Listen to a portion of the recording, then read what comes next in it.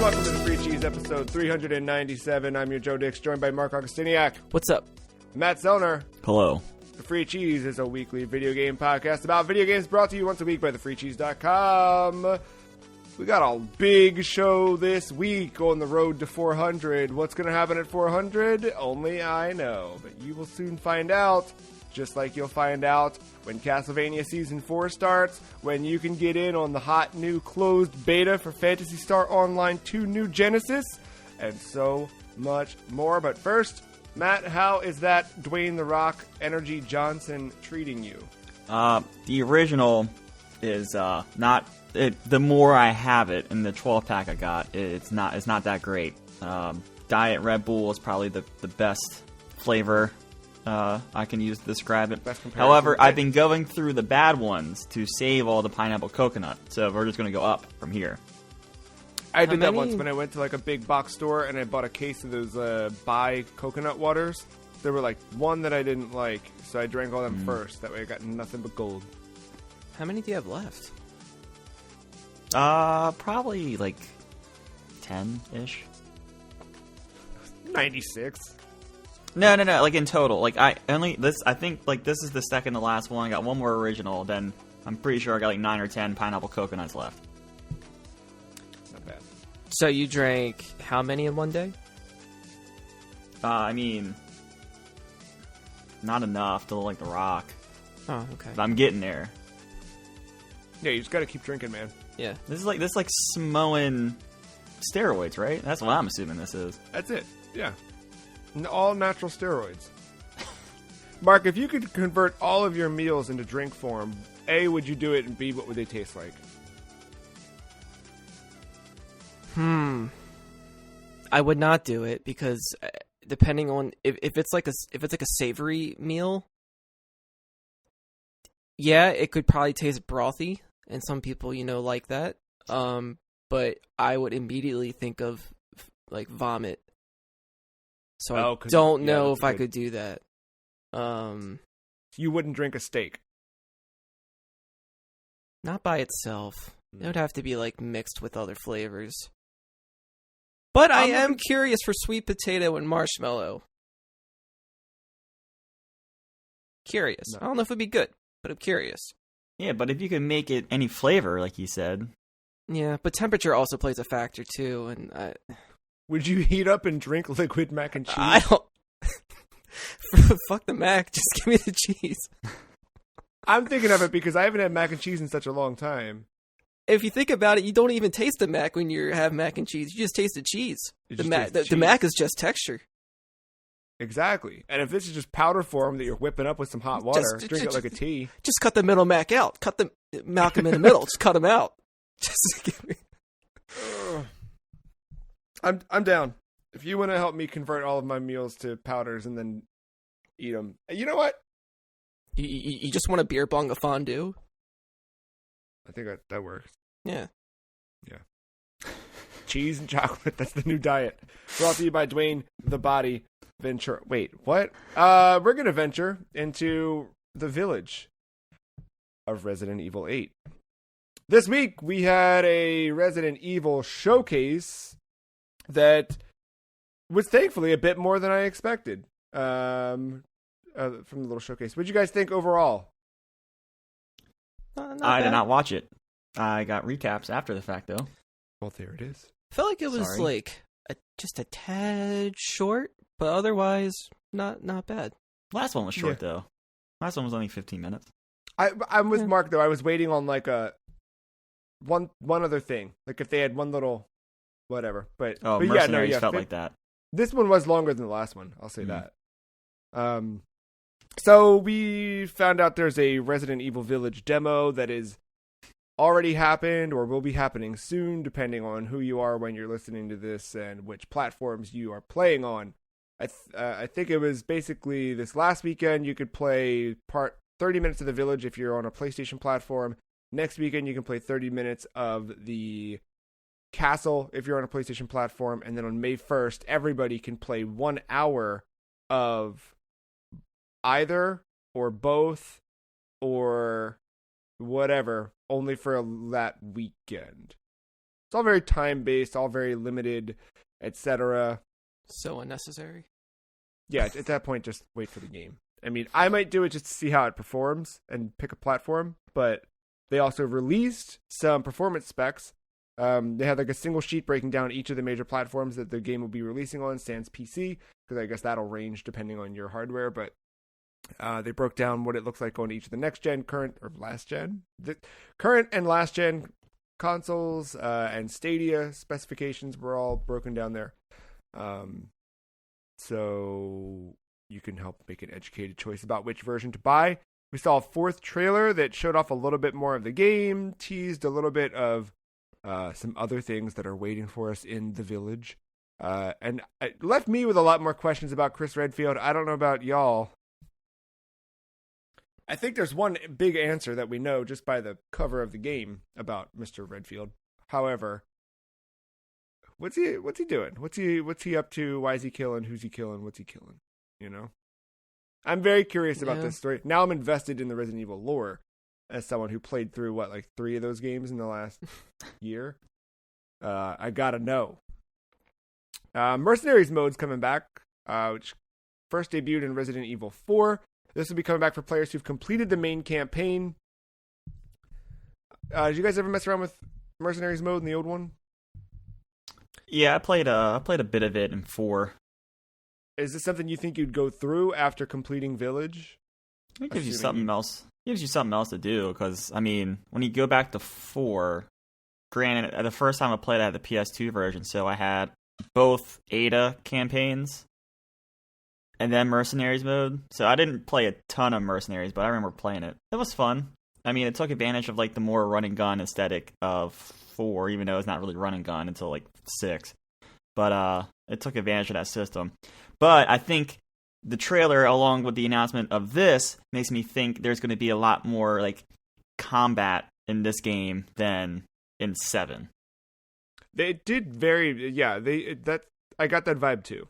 Because 7, I felt like I was more working my way through. Combat was a reaction, not a requirement.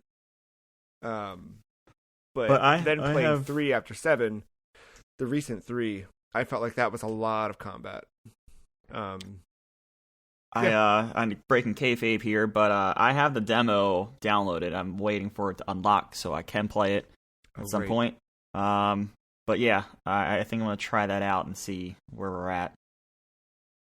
Yeah, I want to hear how it is. And if maybe Resident Evil Village is not your bag, or you just want more of it, Resident Evil Chapter is coming to Dead by Daylight in June. No real details yet, but more revealed at a Dead by Daylight stream, an anniversary stream that they're having on May 25th. If you got yourself an Oculus Quest 2, Resident Evil 4 VR has been announced for it. More details on that coming April 21st. Now it says Wednesday. And then Resident Evil Infinite Darkness, the Netflix series that takes place after 4, a couple years after 4, but Mark, you said it was contemporary with 6? It looks like it's before 6, depending if that's the same president. I just assume it is, just because 6, the whole world just gone to shit. But the president in that show is Ashley's dad still, is what they said in the press release. Okay, then yeah. It's gotta be before 6. Yeah, then it's before 6, because that's the first thing that happens is that he goes. Okay. Then, it's literally Leon's opening cutscene. Yep. So this must be right before that. They showed a little trailer for that. This debuts July 2021. And then it wasn't shown at all, but they did confirm that principal photography is wrapped on the Resident Evil reboot movie. They are working on CG for the monsters right now. A hard release date will be confirmed later.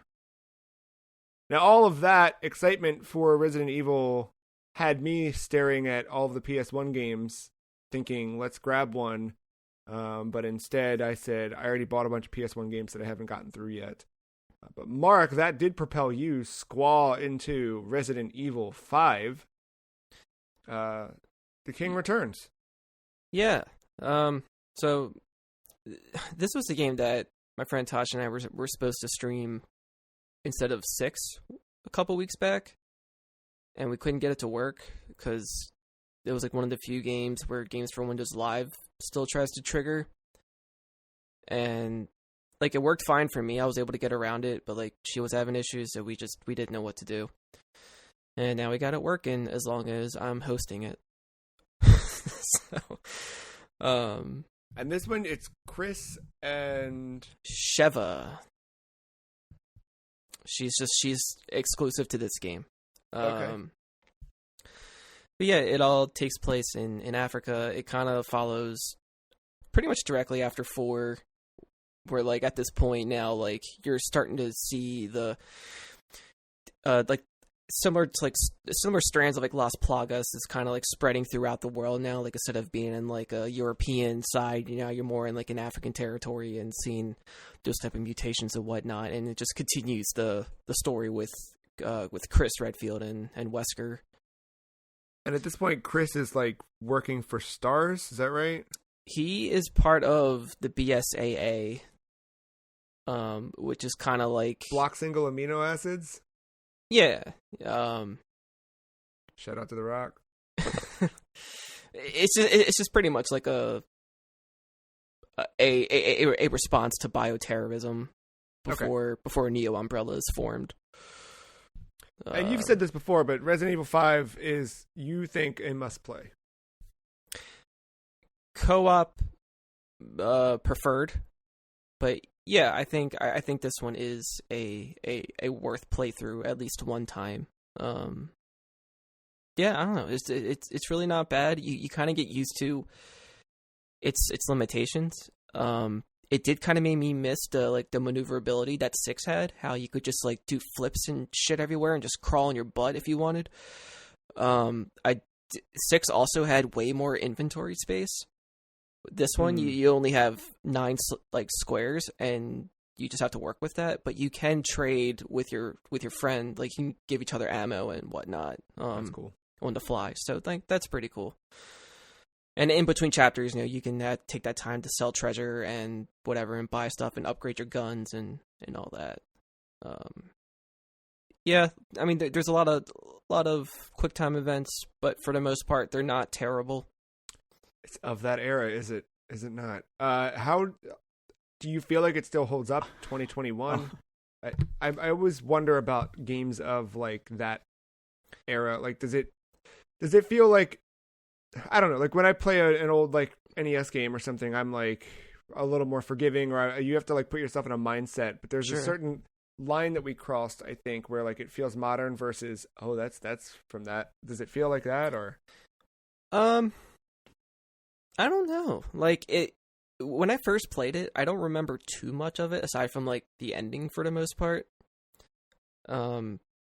But I don't remember how well I played or how well it ran on a 360 versus now on a computer, and everything's just, you know, butter smooth. So if anything, I like it a lot more now than I probably did back then. I think back then I was just in a different mindset with these games, and, you know, coming off of the high that is 4, you just have high expectations for the series, and it just only went kind of downhill slowly and then fast. So like, I think just the timing of things, just the way games were back then, it was just a weird era. Everything was just kind of messy. Everything needed like a multiplayer component, you know. It's just like, I don't know, everything was just weird. And like having that included into a horror franchise where horror was becoming more action, I was just a little more dismissive towards those type of things. Where now I can just view it as just like a fun shoot 'em co-op game. I'm not in it for like to get scared or spooked or anything, because you're not really gonna find that. But it's a fun action game with a friend for sure. Also, do you think? Correct me if I'm wrong, but isn't this another one of those orange, brown, gray games? It is, yeah. Especially in the beginning, yeah. Till you get more into like the latter half of the game, I think it kind of starts to change it up. But yeah, for the most part, you're totally right. Do you think you would be as warm to it if 7 and 8 had not come out? I guess 7 and the remakes had not come out and put kind of a return to form for Resident Evil. If 7 had come out and been action, do you think you'd... I mean, 5's never been that, like, like the very top of my list, but it's never been like, I don't know, it's just been kind of like right in the middle, but more on like the better side of the games. I think if 7 ever came out, I think it'd probably still stay in that same spot. If anything, it'd probably just move like just like a smidgen higher, like maybe a couple decimals, a couple points higher, but nothing too significant. It's just an alright game. Matt, that one, did you play that one or no?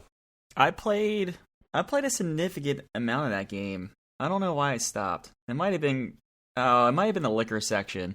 I feel like that was the first time that game actually gets somewhat scary, and I never liked liquors in any of those games, so I think that part was but that was super late. All I had to do was just get through that section. I would have been fine. It's pretty tough.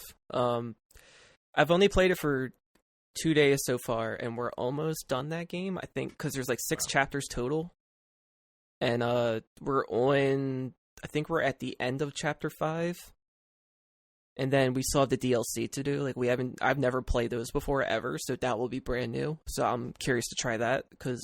Is the DLC the same characters, or is that... Kind of. In one of them, you're Chris and Jill, and it's like a flashback to finding Wesker and before she, gets transformed or whatever. And then another one is your blonde Jill, with Josh, which is like Sheva's mentor. Mm. He's like a military dude. Oh, I remember that one. I don't remember that either. But 5 also, I think, had my favorite mercenaries mode, because that one it was co-op, and you could be like a ton of characters. Like, you could even be Wesker if you wanted. That's cool. And just like fuck shit up. It was really cool. Resident Evil 5 is not the only game that is part of a series with many titles. Oddworld Soulstorm out this week, following pretty long development cycle. This game was, I think, first announced right after New and Tasty, which was 2014. I think it's been in development since like 2015 or so, and I believe was originally intended to be a remake of Exodus that turned into something more. And Matt, you've been playing it. How is Oddworld Soulstorm going for you? I like it.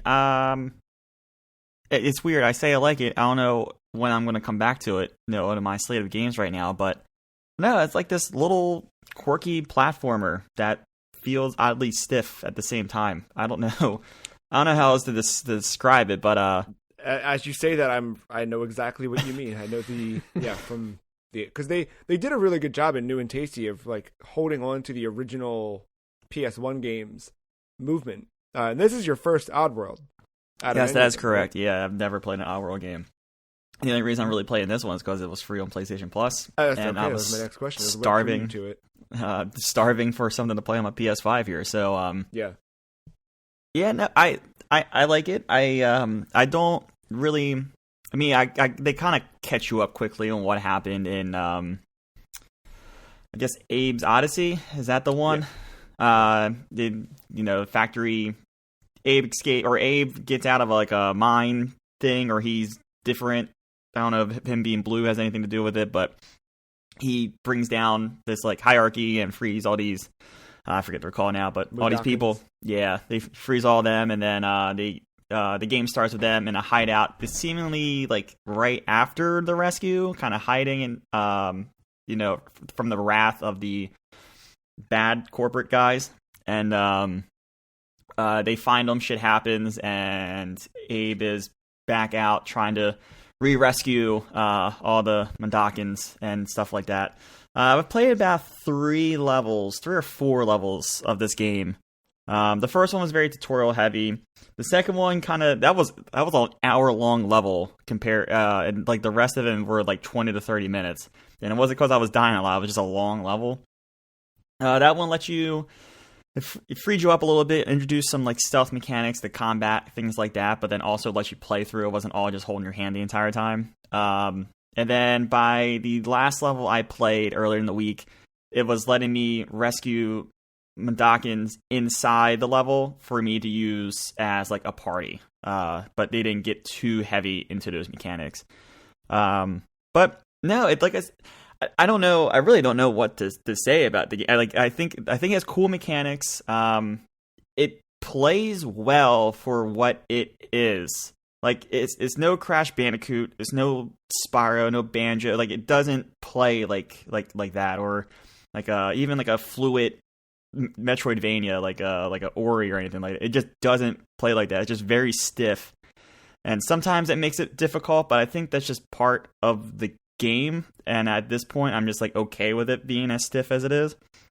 But I really like the mechanics. I like the whole like Abe doesn't engage with his enemies. Like if you do, you die almost instantly. It's no good. But I like how you get around that, like acquiring tools like water, like very early you get water balloons to put out fires to get out of certain situations. And then you realize this green goo, I forget what it's called, but there is a gadget that you throw, like another type of balloon, and it causes the explosion. So like you are very early on, you're like trying to bait enemies into like the green goo areas and then throw these things and catch them on fire. And then you realize Abe has this chant which you can use to possess enemies, and then from there you can do different things like shoot or self-destruct and things of that nature. And once it's very simple very early, but once they start constructing on all these pieces and giving you even more gadgets for different reasons or whatever, there are some uniquely hard like little challenging areas, especially because some areas have like this little thing that stops Abe's chance, so you have to be like, you just can't like keep spamming that and getting through levels. Like that thing specifically zaps you when you try to do it. So, or when you do possess someone and you get close, it zaps them. So you have to be careful with when those things come into play. And I think it's a pretty cool game, especially for someone that has a PS5 and doesn't have anything to play, which is probably 95% of people. Yeah, I've been hearing a lot of that, like from other podcasts. It's like people who've just not turned it on in a while.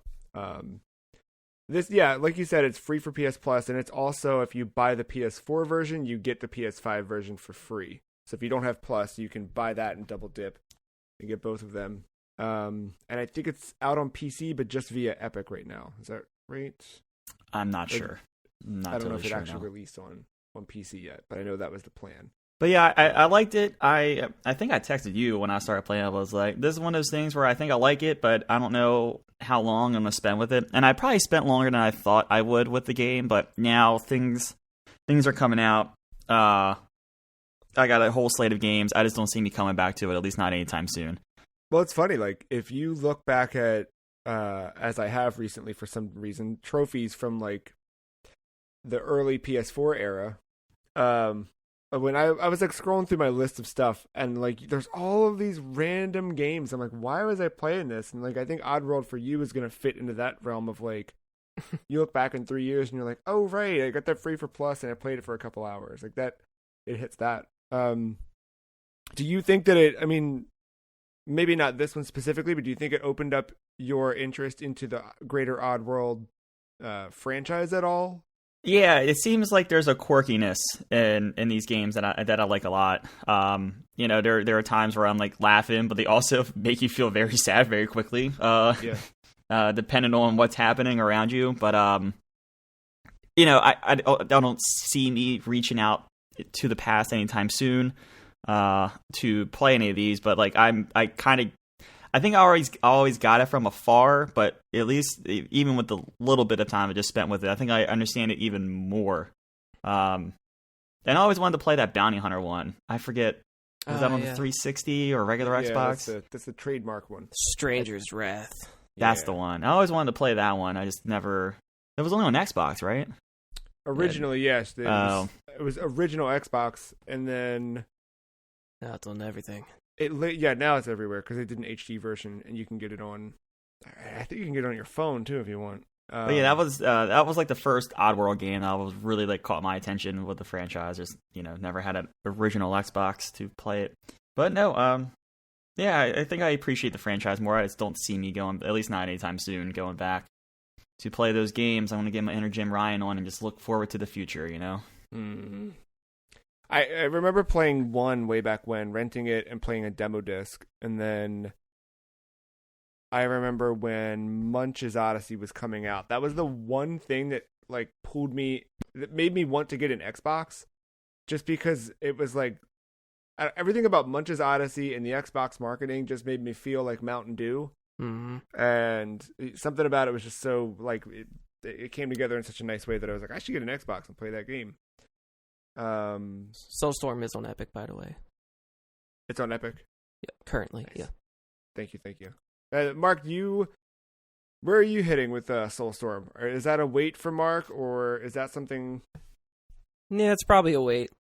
Because you really only liked Stranger, right? It's the only one I've really played. I think I did a demo of Munch's Odyssey when that was like first coming out. Because was that a launch title? Munch, yeah, maybe. I don't know if there was like a demo disc as well around that time, and that was on it. But yeah, Stranger's Wrath is the only one I really played. I do respect the series from afar, but I've never like felt inclined enough to really dive in. It's one of those franchises where I feel like I would ask you guys, hey, would you play this week? And you're like, hey, there was a sale on the Oddworld franchise, so I bought all of them, and I played all of them in the last day, and here are my thoughts. Like, it seems like one of those Mark deep dives that you will hit at one point in your life. I'm kind of wondering if I did buy them at one point. I did. Yeah, I have Abe's Odyssey, Abe's Exodus, Munch's Odyssey, and Stranger's Wrath. But Stranger's Wrath has 2 hours playtime.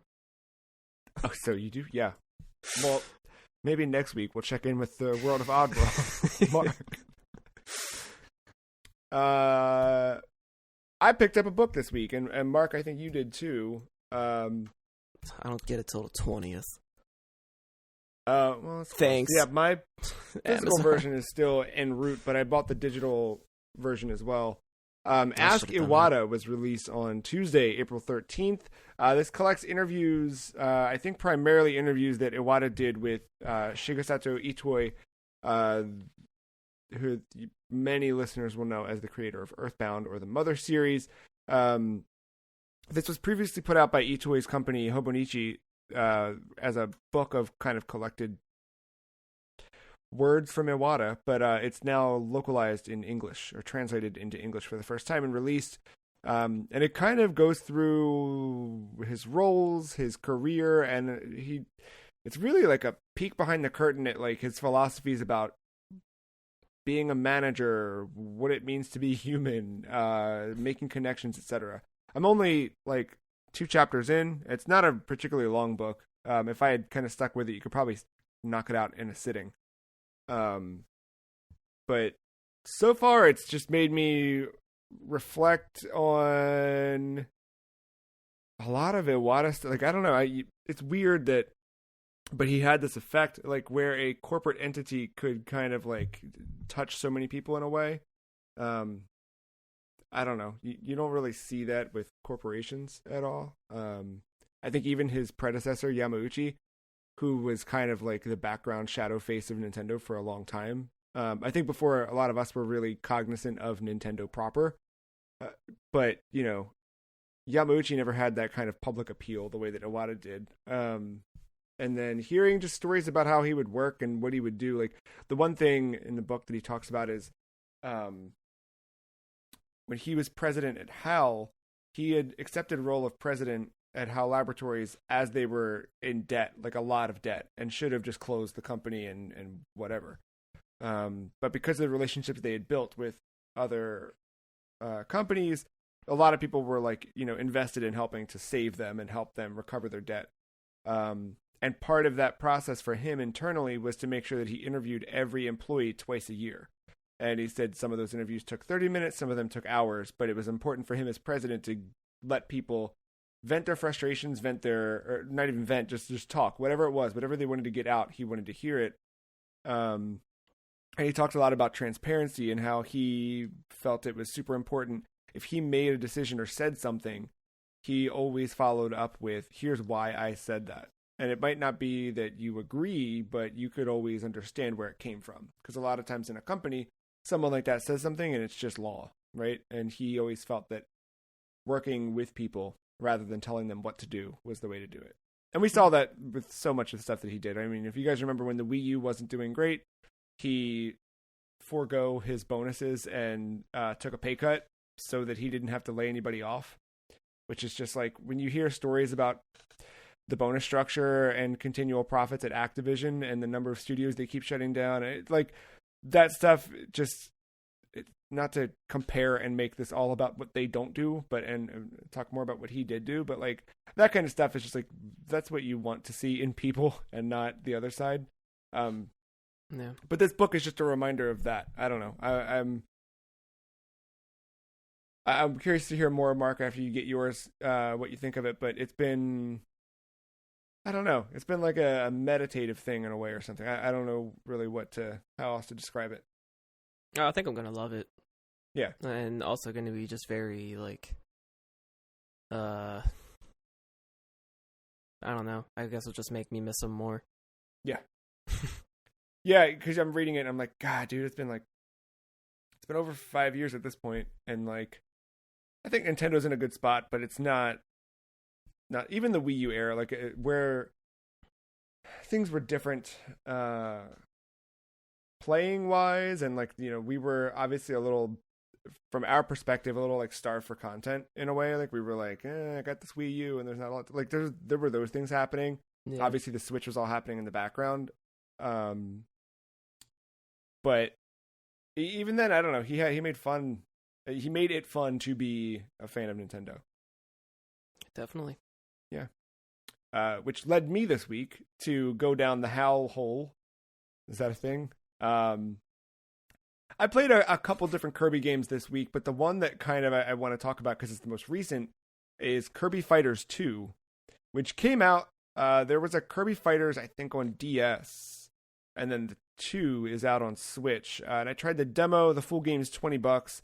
I think I might buy it just to do it. I don't know that I need anything else to play right now between Monster Hunter and everything else, but this was interesting. It's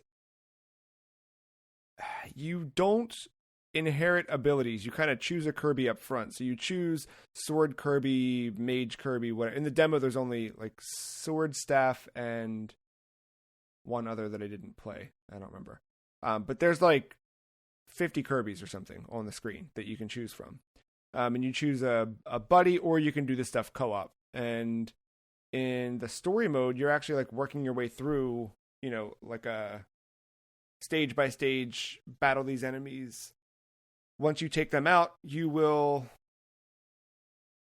move on to the next stage. So I think there's like 5, and it's, I think, set like a roguelike. I didn't die, so I can't test it, but I think, because it's a tower, so it's like you keep climbing up the tower and taking out things.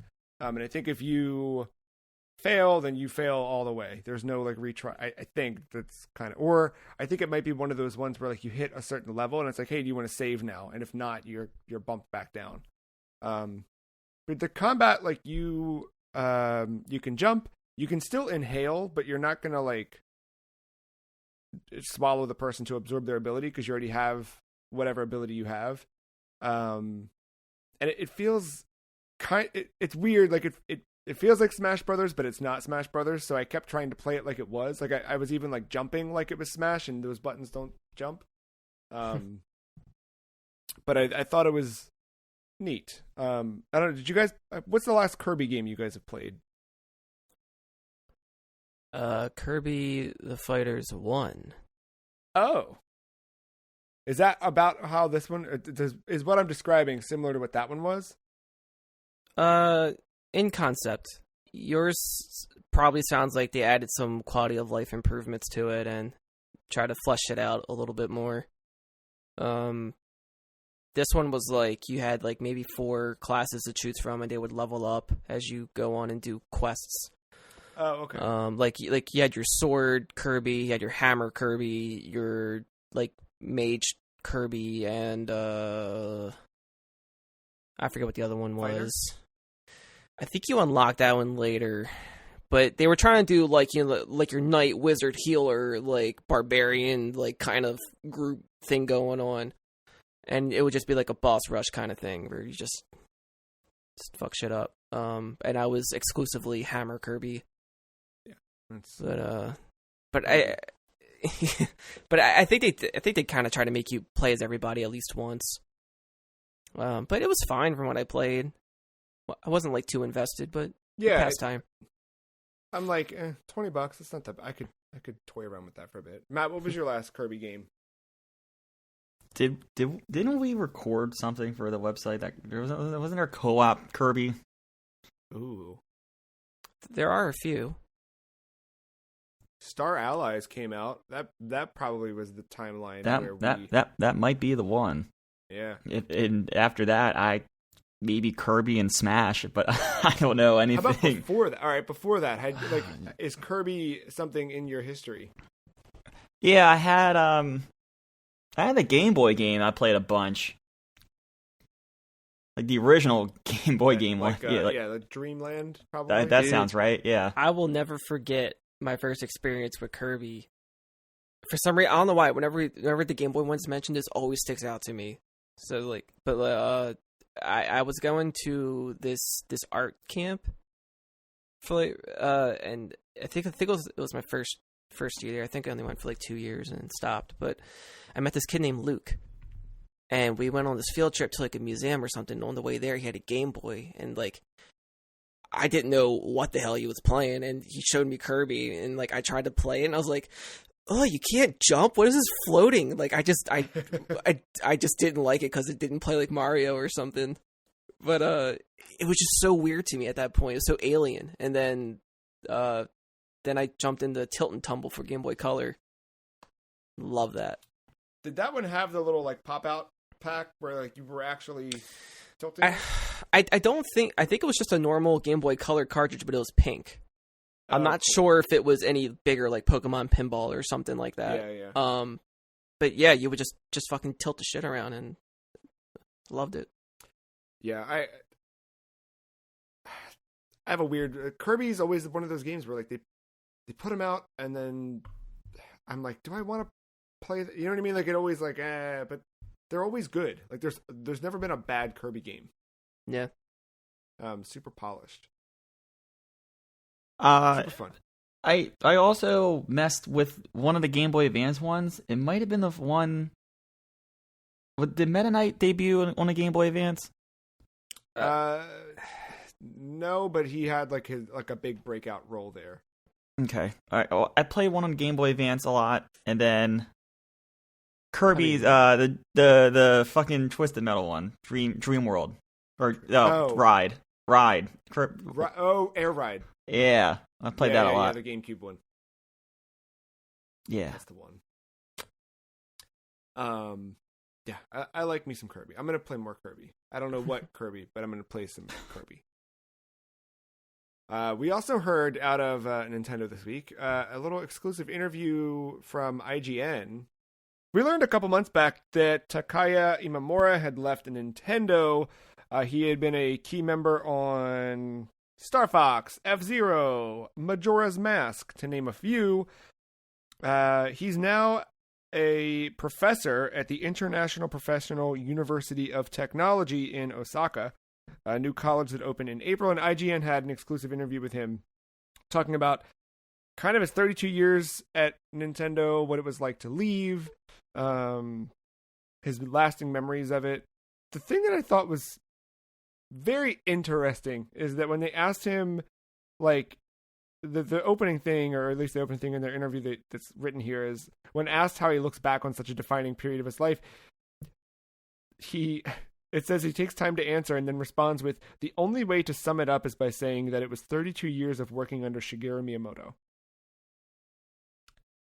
I don't know if that's... I mean, he later goes on and he talks about some of the, like, positive interactions he had, some of the praise he'd received from Miyamoto through the years, and how, while right now current circumstance doesn't allow them to, at some point Miyamoto has, extended the offer or invitation for them to meet up, have lunch, and kind of reminisce. So it's not like there's any bad blood, but that the way that's phrased kind of threw me a little bit. I was like, this is weird. I don't know.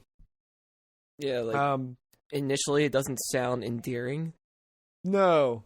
It strikes some concern, but at the same time, it's like he doesn't want to like be ill will about it, Like right.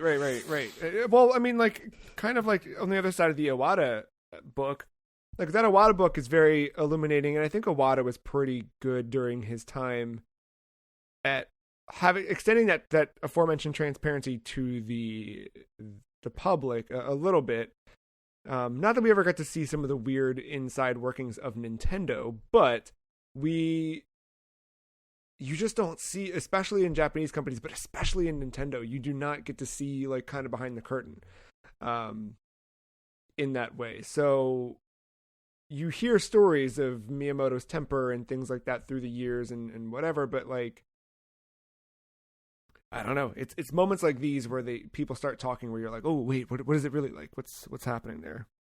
So he talks about how Imamura joined Nintendo in 1989 with no programming experience, and this is not uncommon for Nintendo from what I have understood. When you join Nintendo, I remember I was reading, speaking of Iwata, not Ask Iwata the book, but Iwata Asks, the series where he would sit down with his developers and things and actually publicize those interviews.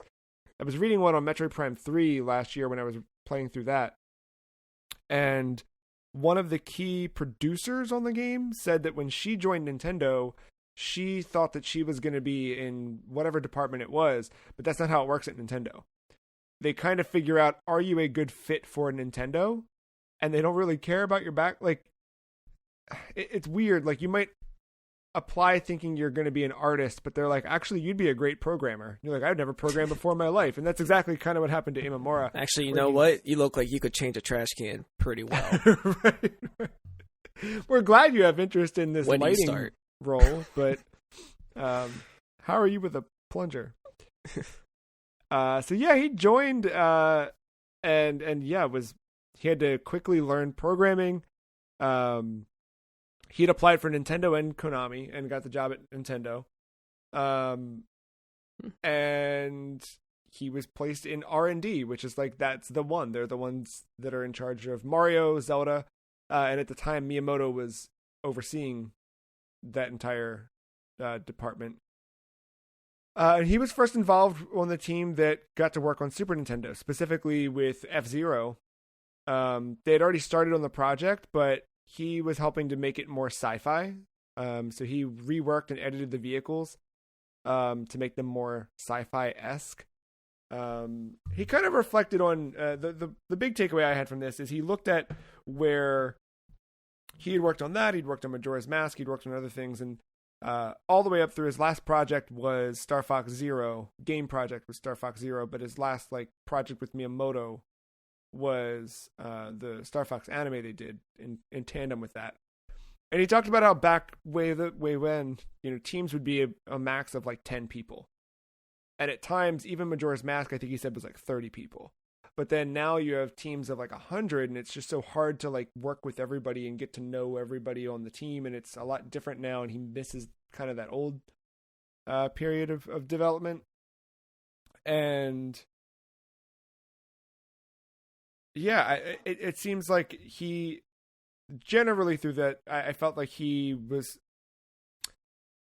I don't know, the games today, there's so many other factors besides there's so much that goes into making a game and what makes a game successful. And he talked a lot about projects that you would work on that never saw the light of day, and he was grateful for so many projects to have been released, which I thought was another interesting thing, because we hear often that Nintendo never throws away an idea.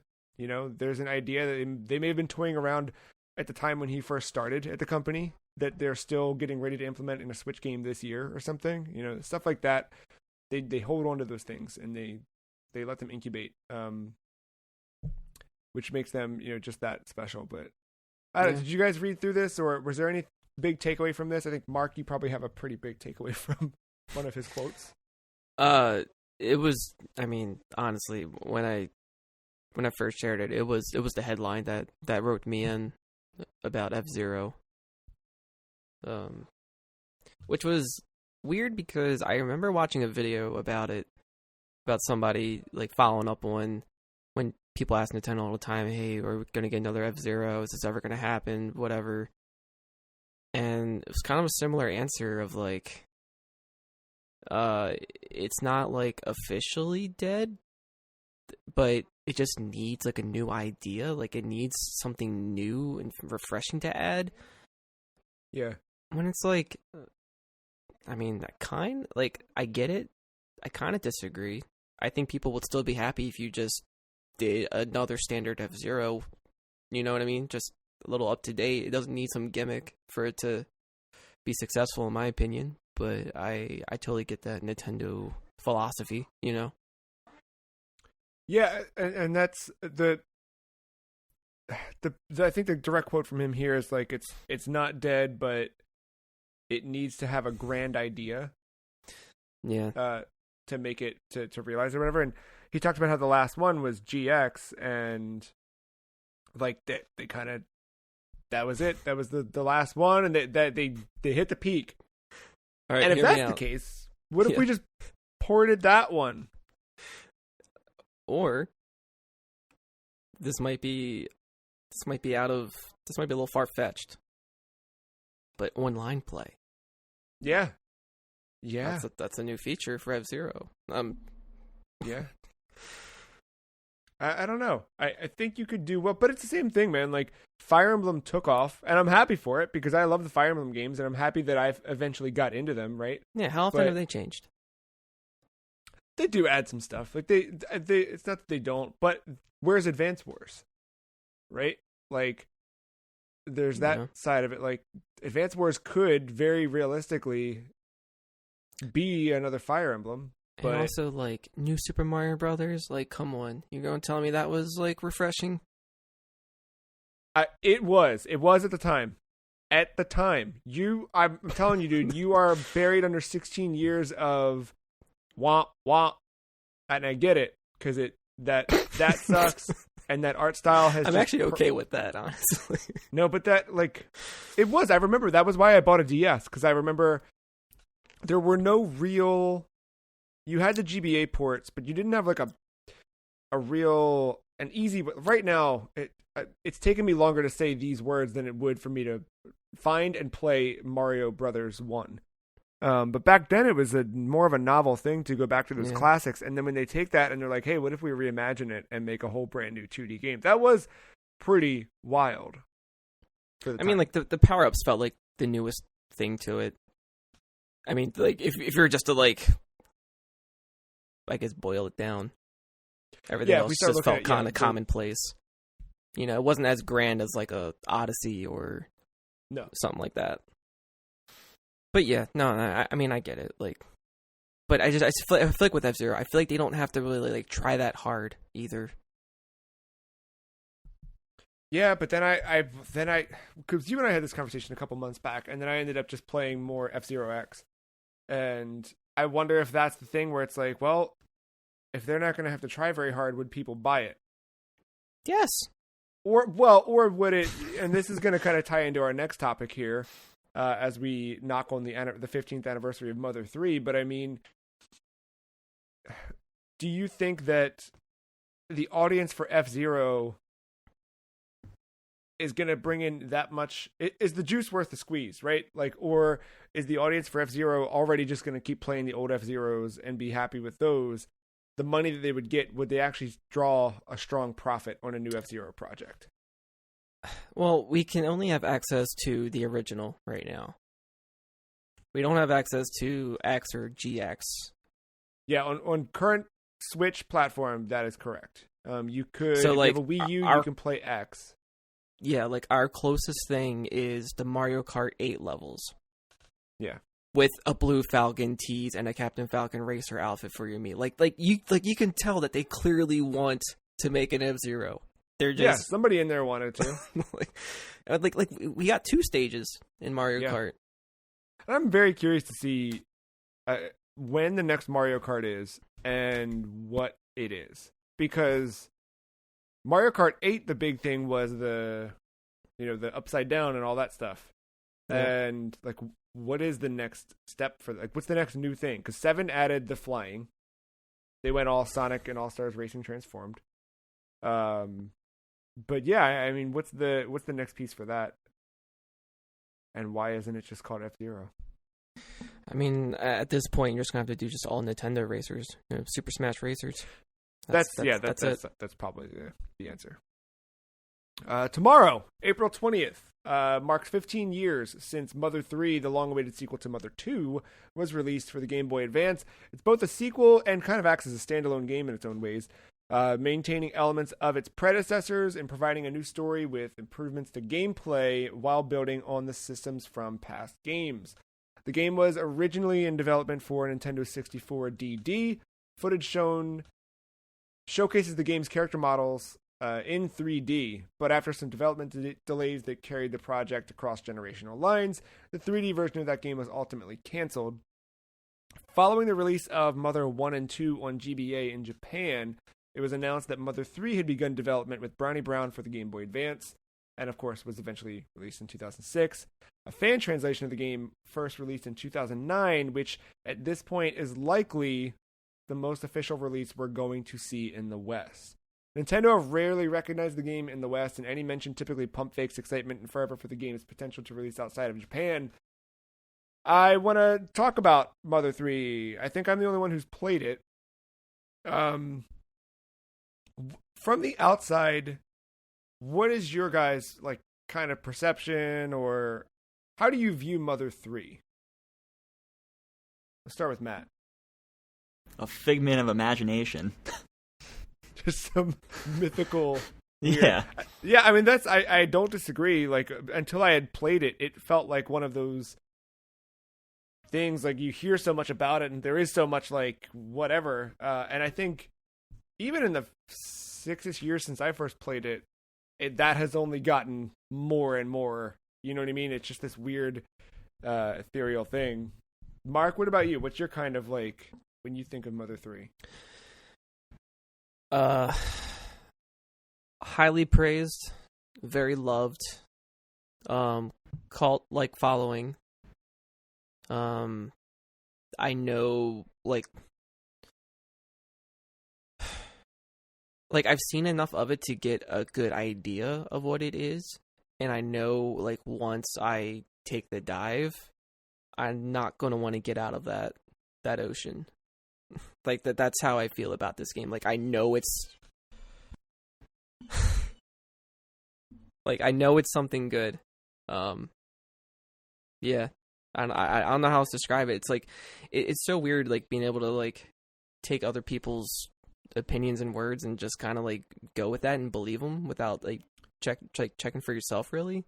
Yeah. I guess I just, just seeing enough of it, you just kind of, like, all right, I get what they're talking about. Like, I mean, that's how, like, Metal Gear has always been for me. Like, I never jumped in outside of, like, the demo for 2, but like, they're good. I get it. Yeah. And one day I will really get it. But right now I get it.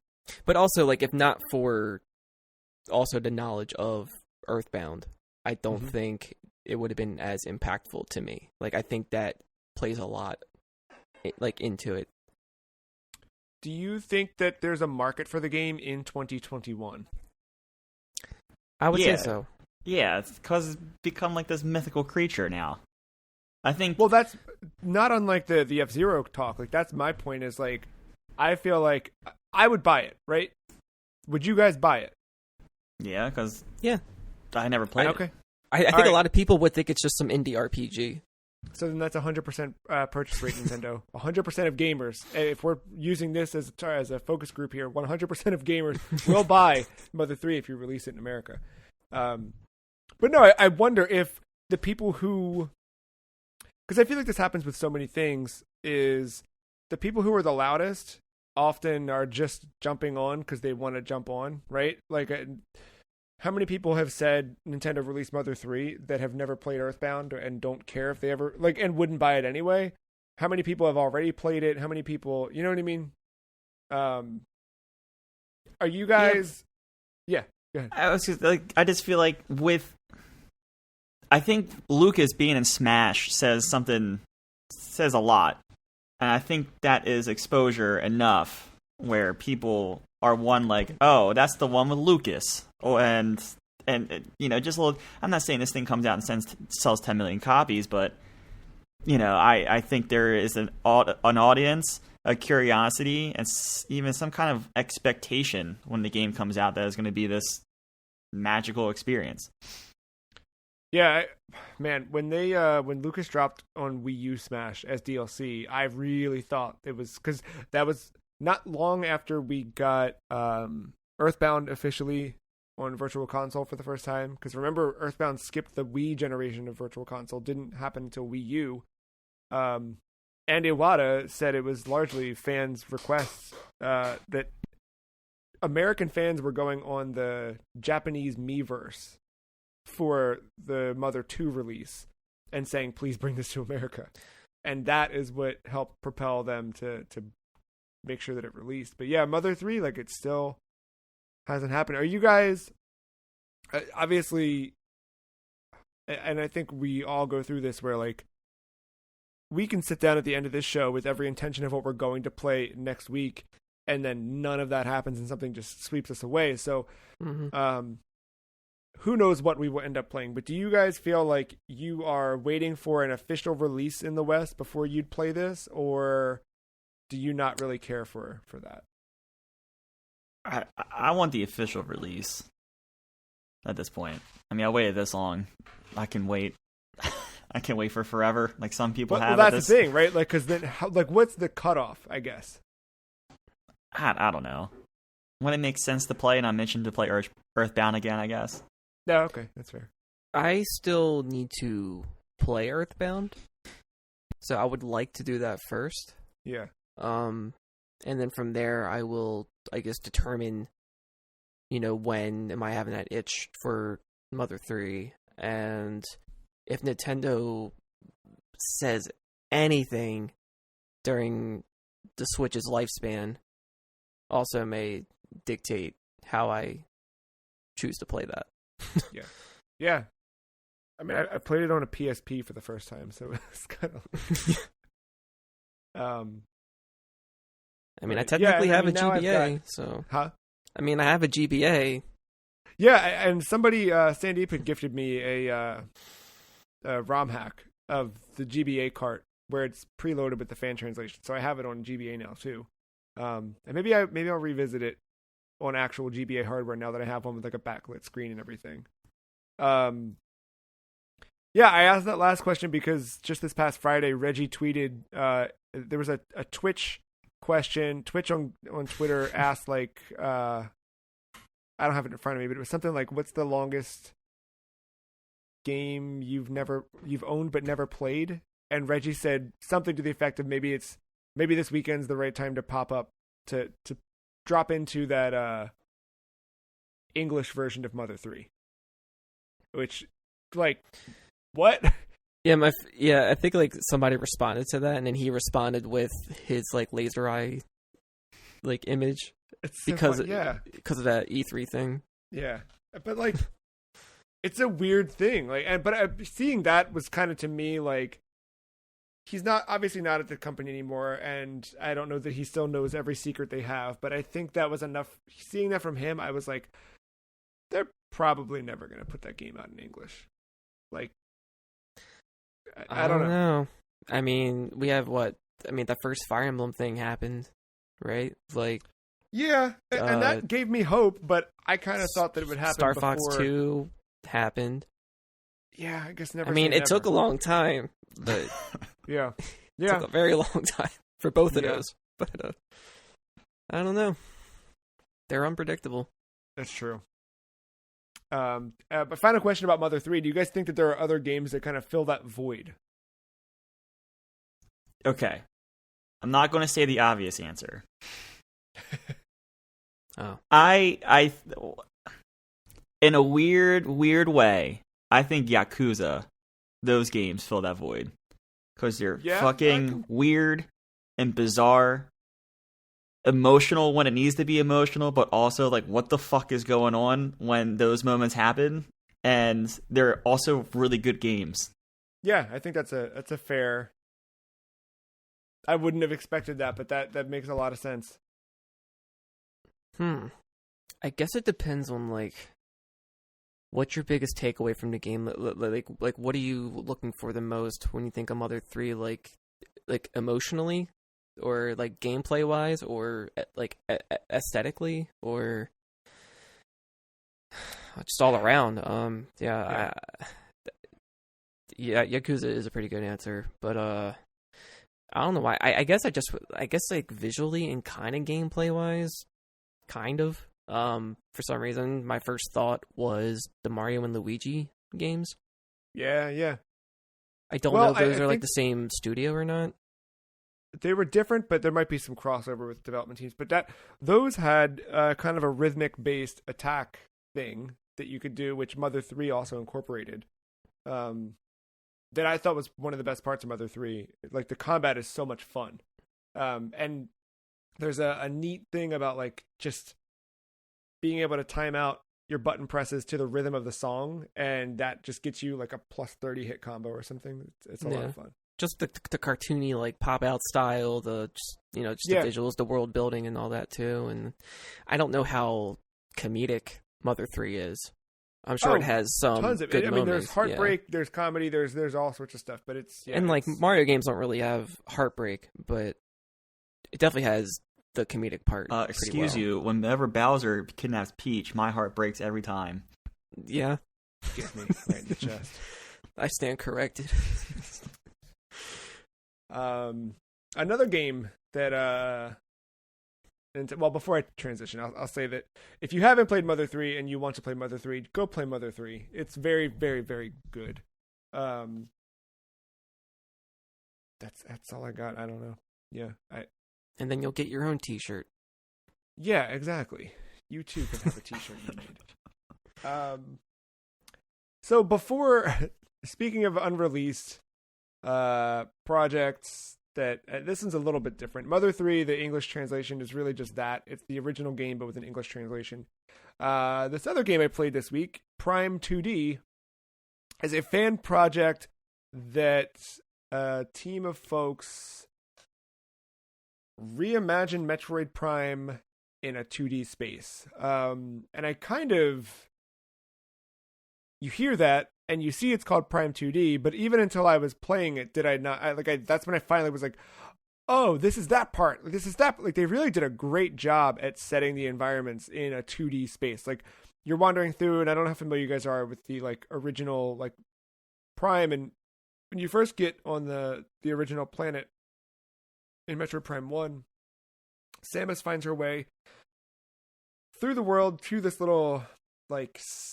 I don't know, it's like a site with all these statues, and that's where you kind of you get the main objective of the game, which is to collect the 12 keys, return to this space with the 12 keys, and unlock the secrets of whatever.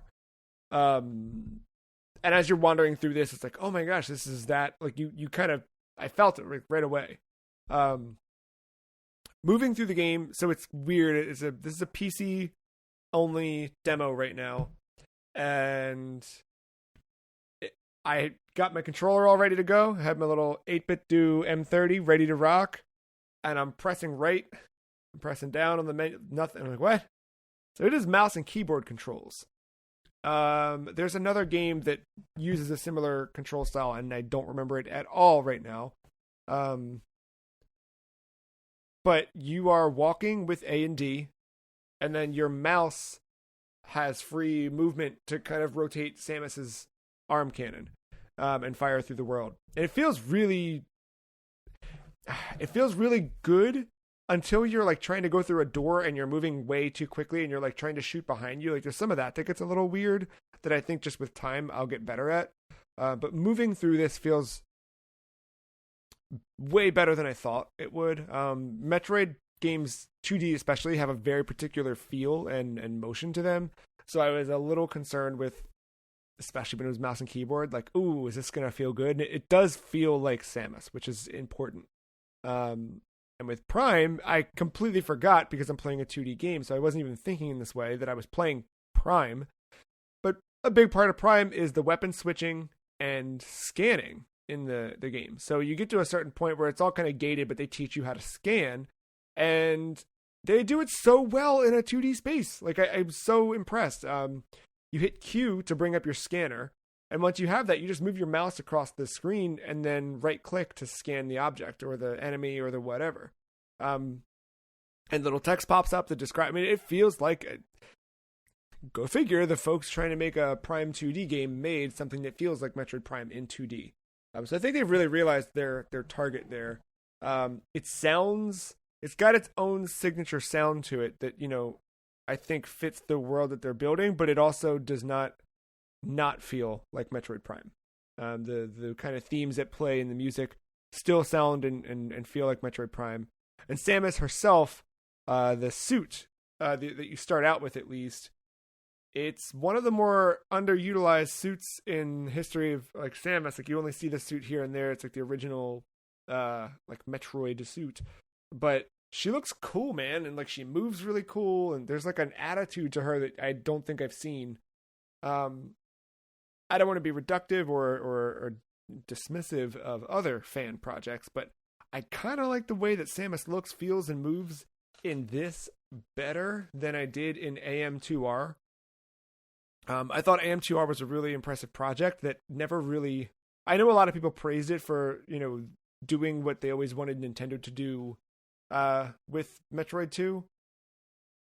But I always felt like it didn't quite feel like Zero Mission, right? Like that was always the goal of that game, was to make a Zero Mission style remake of 2. And I felt like it did remake 2, but not in the way that, you know what I mean? But I don't know. This one, I think, feels really, really good. And if anything, just made me want to play A, more Metroidvanias, and B, more Metroid games, and C, I wish that Nintendo would put one out. But either way, I'm going to keep following this project as long as it's not shut down. And I think you should too. If you're looking for a 2D Metroid game, I think that this demo has a lot to offer right now. Nintendo this week didn't necessarily show off any Metroid style games, but did show off a ton of indie games this week with another Indie World presentation. And what were your kind of key takeaways from this one? I don't know if did you guys watch through this? I did not discuss this on air, but this was airing at the time of my PC problem, so I was not in a good mood, and I never went back to watch it. So, yeah, there were a couple of Matt games, I think, in there. Like Oxenfree 2, Lost Signals. It's a pretty big one. Yeah. Yeah, I was not expecting that to show up. I'm like very tentatively excited for that one because I did not like After Party at all. And I had high hopes for After Party considering how much I liked Oxenfree. So we'll see. Yeah, we'll see. I think the spirit and the gameplay and all that was there in oh my god, After Party, but I think the vibe of that game was weird, and it just go back to what Oxenfree and what made that so good. I even if it's like mostly the same, just with like different characters or whatever, I think it will be fine. Yeah. Mark, was there stand out to you? I can't really see anything on here that really screams Mark to me. But... yeah, like there's like 2 games I don't really care too much about, but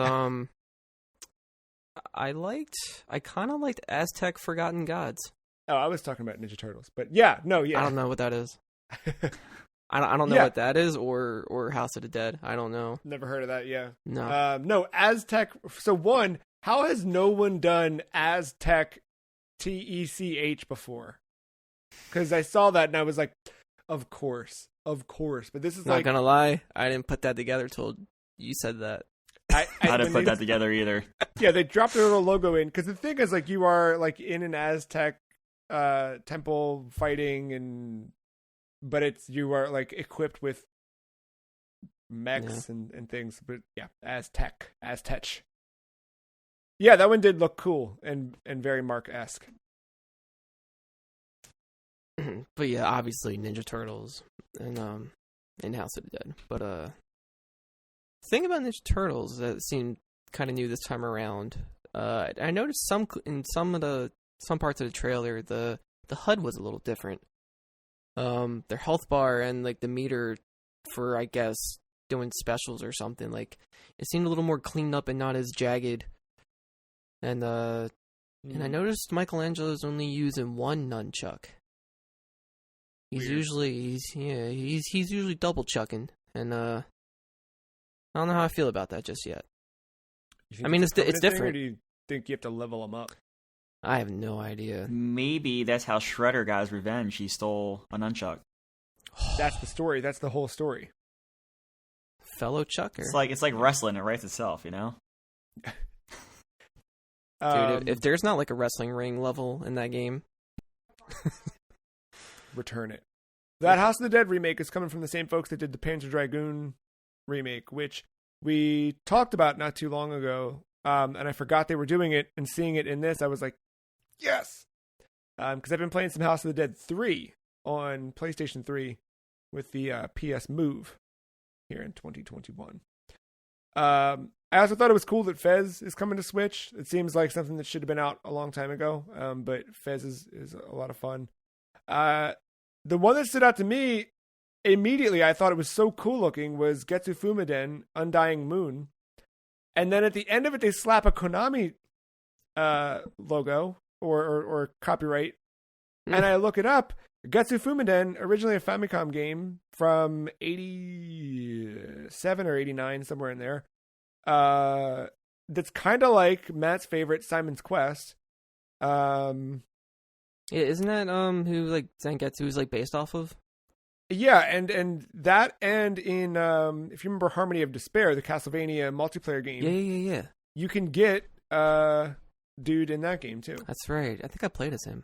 Yeah, so really weird because there's been a single game, but the kind of that original game, that character had been prevalent in some other Konami like things. Like they kept that character alive, and now they're doing a full blown sequel that's going to be out in early access on Steam soon, and then releasing on Switch in 2022.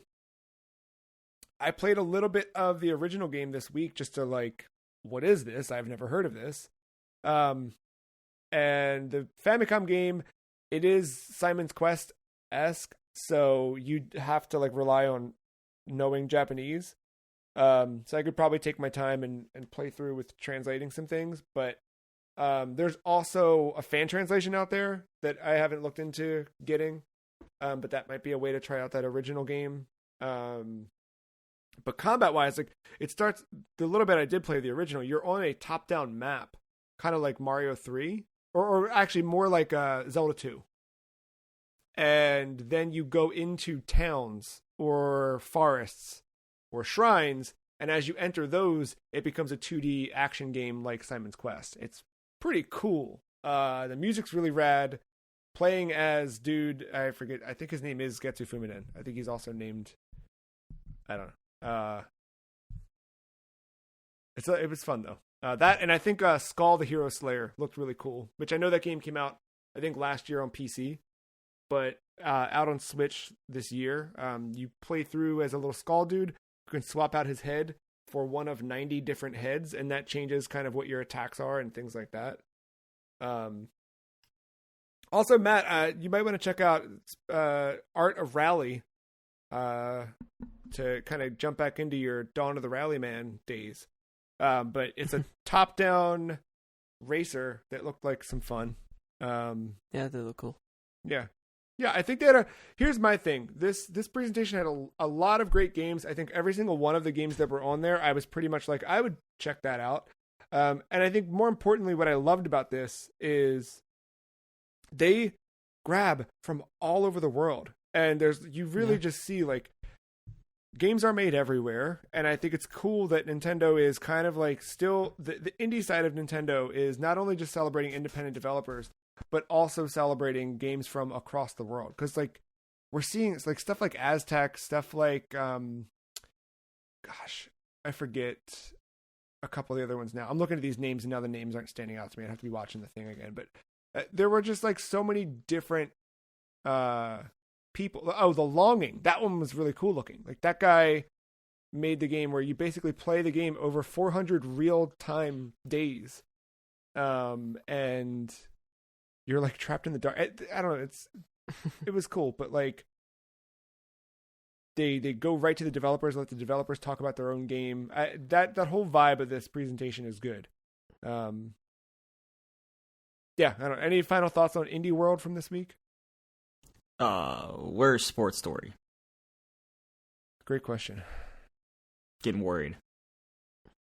You're gonna have to jump in line with the Hollow Knight Silk Song folks and start asking, where is it? I know where the break is, and it's right now. We're gonna slip into that. We've got a couple news stories on the other side of this thing, a couple more games we've been playing, and maybe we'll let you know what else you should spend your money on in just a few minutes.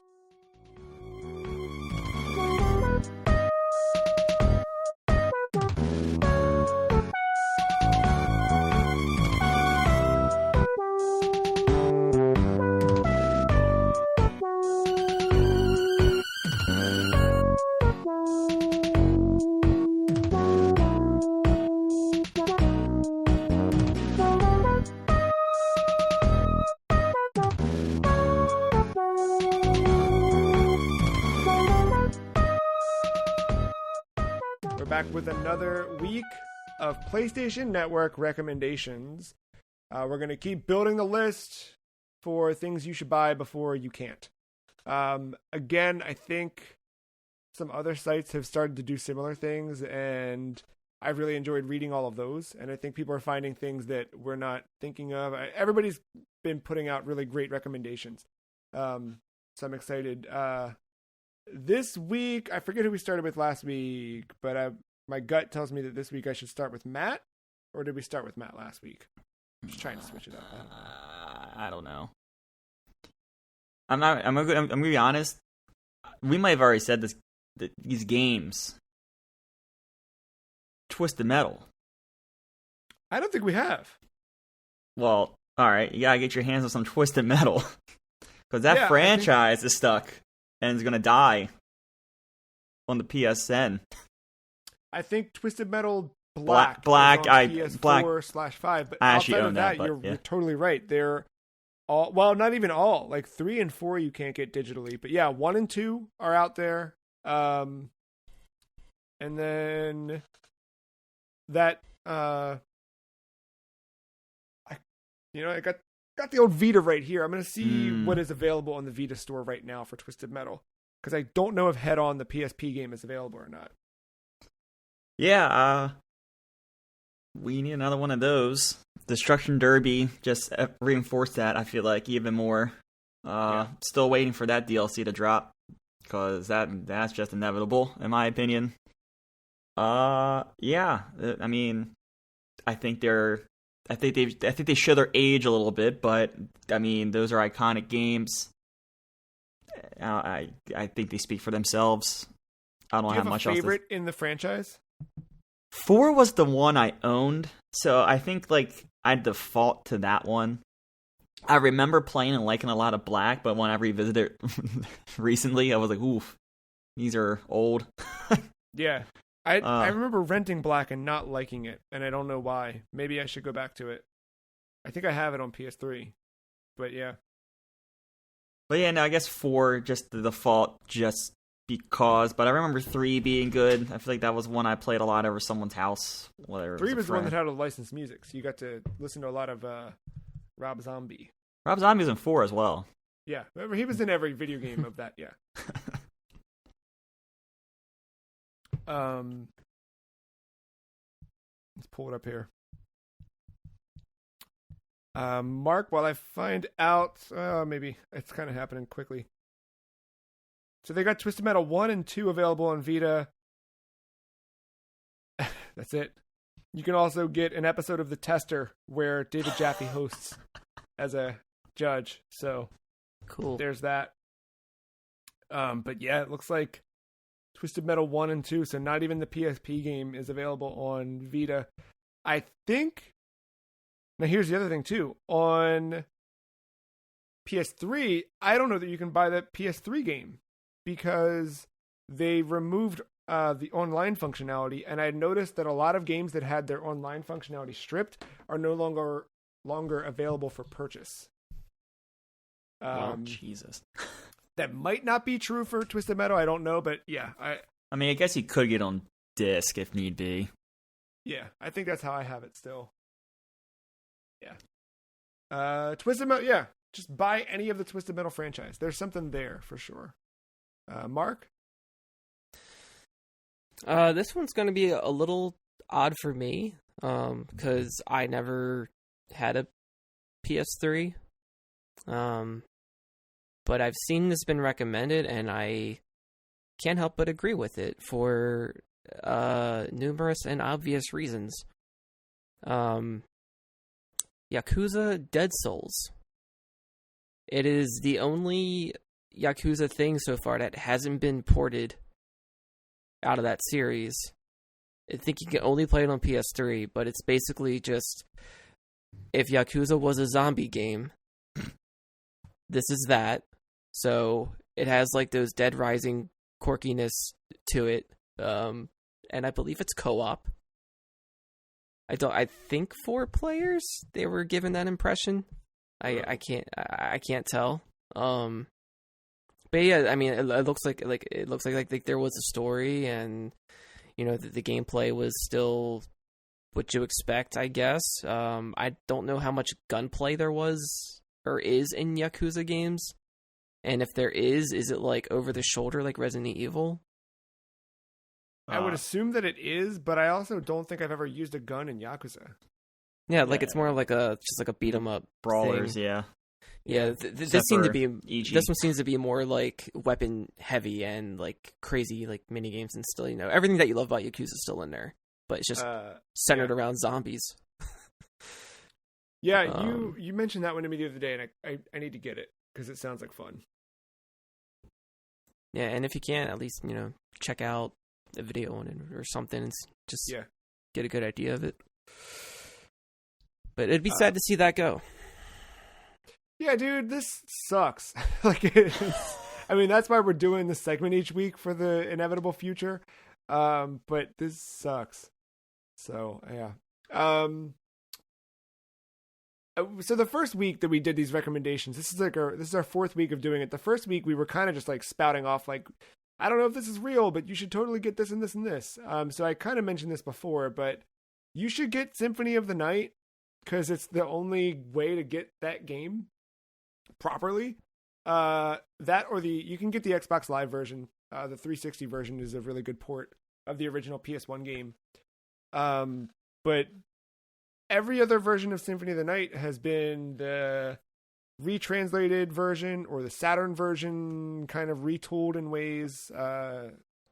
So it's, you should get the PS1 game. That one you can play on PSP, 3, or Vita. But along with it, this is weird. I don't know. I think I was only able to find and buy this on PS3. But Castlevania Chronicles is this crazy weird game. So Castlevania Chronicles is, in Japan, there was the Sharp 68000, a computer, think like Commodore 64, MSX, like that kind of style, right? And they made a Castlevania game for it that was called, I don't remember. It was a Japanese, Akamajo Dracula something. But it was basically a reimagining of the original Castlevania. And then it would later be ported to PS1 as Castlevania Chronicles. It's wild. In the PS1 version, you can play as the new Simon Belmont, where he's like red-haired and the Kojima art style. Goth boy.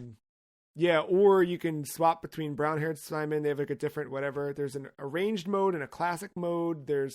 It's a neat little thing that kind of like, if you are a fan of the original NES Castlevania, playing through this, it's like it's kind of like MTV Cribs, right? Like you think you know, but you have no idea. Like you're working your way through, and you're like, I know what's coming up next. It's like, no, you don't.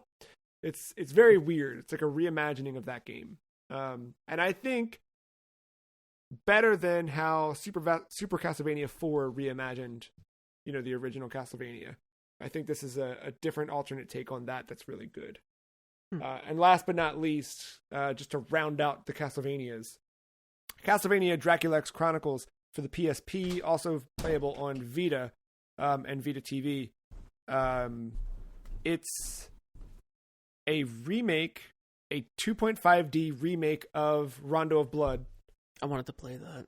And it's weird. It's cool. And as you play through it, you can find secrets where you find the original unlockable of Symphony of the Night and the original unlockable of Rondo of Blood. Now, Rondo, I'm not sure of. The original PC Engine, I don't know which version it is. But for Symphony, it's a re-recorded, so this is not the original like PS1 version. It's kind of like a combination of the PS1 version with the Saturn's, some of the secret stages from the Saturn, but also a retranslated English text or voice work. It's different, and I just think history's sake, it's neat to explore Dracula X Chronicles.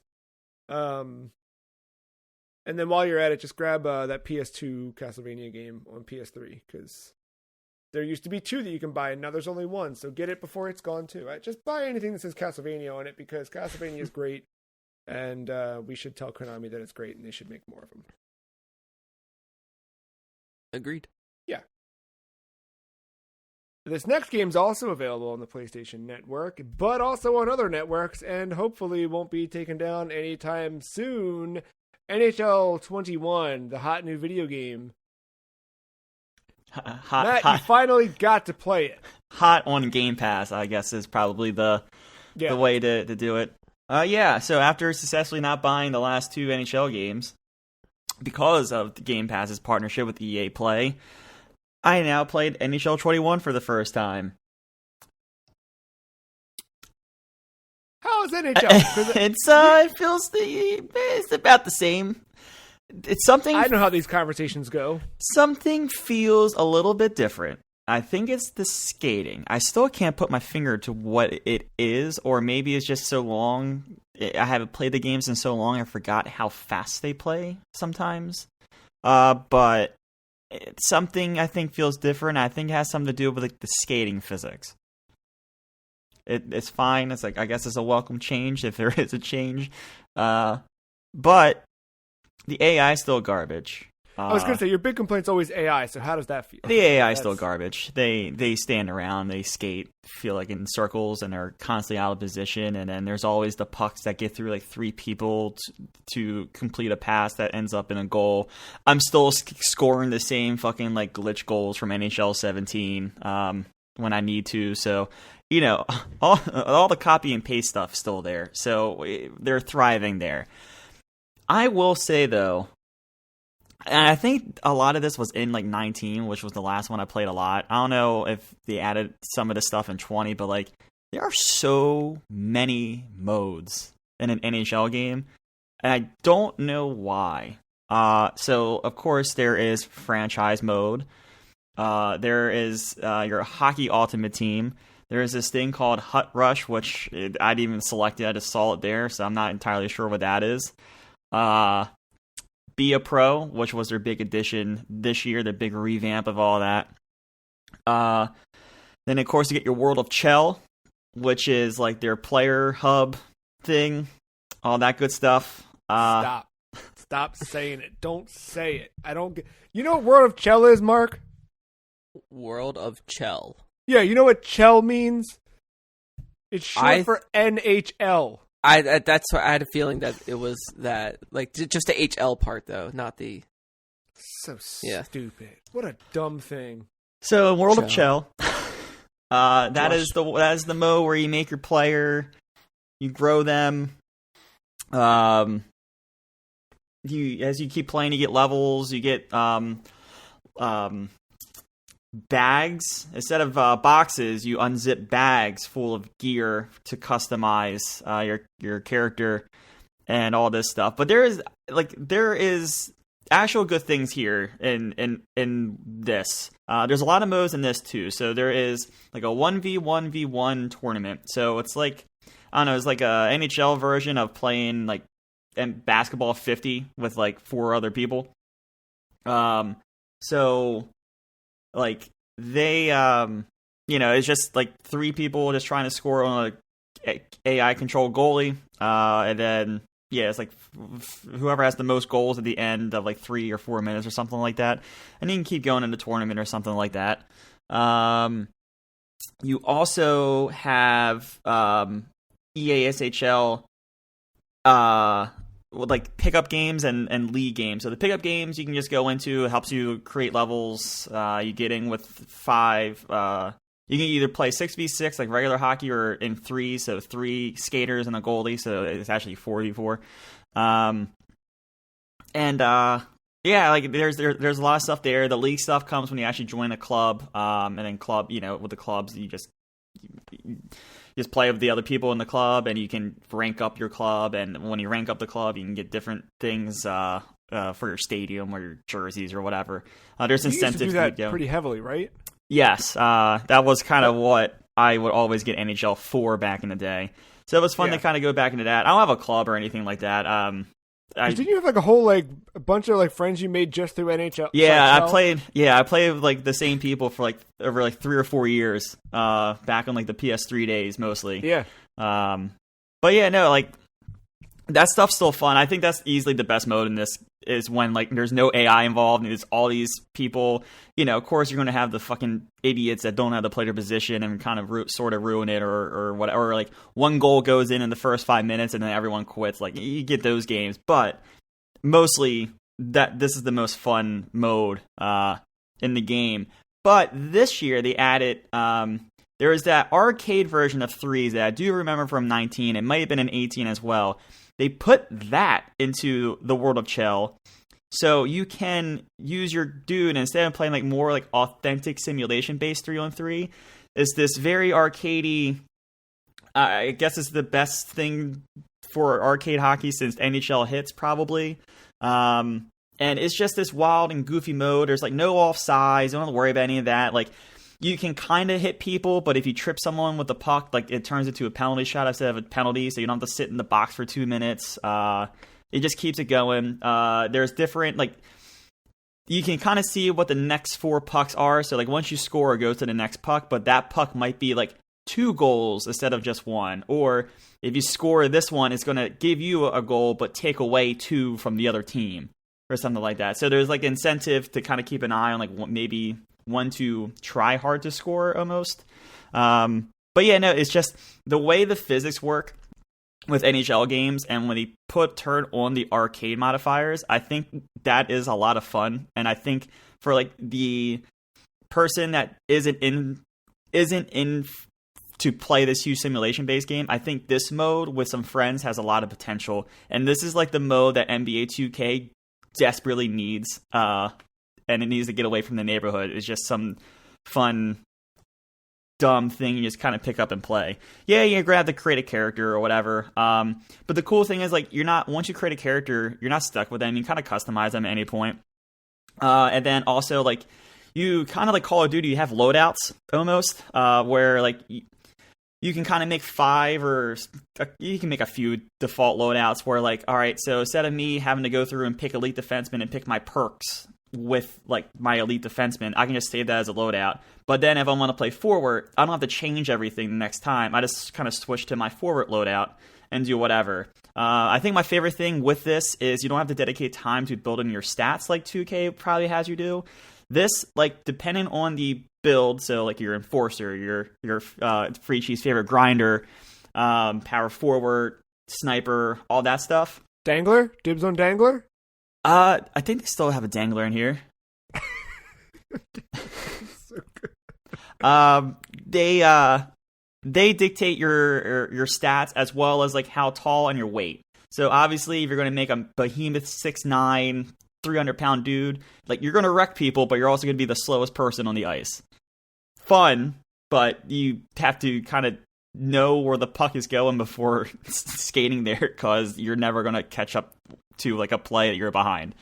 But then, of course, if you're like 5'10", 150 pounds, you might be the fastest person on the ice, but you're going to easily get pushed off the puck. So you kind of do checks and balances. Any of the perks kind of raise stats, but they also subtract stats in another category. So like you I guess there's probably like an optimum build for different things, but like there's always a penalty if you try to do too many perks into shooting. You're probably going to lose either passing or offensive awareness or some kind of defense somewhere.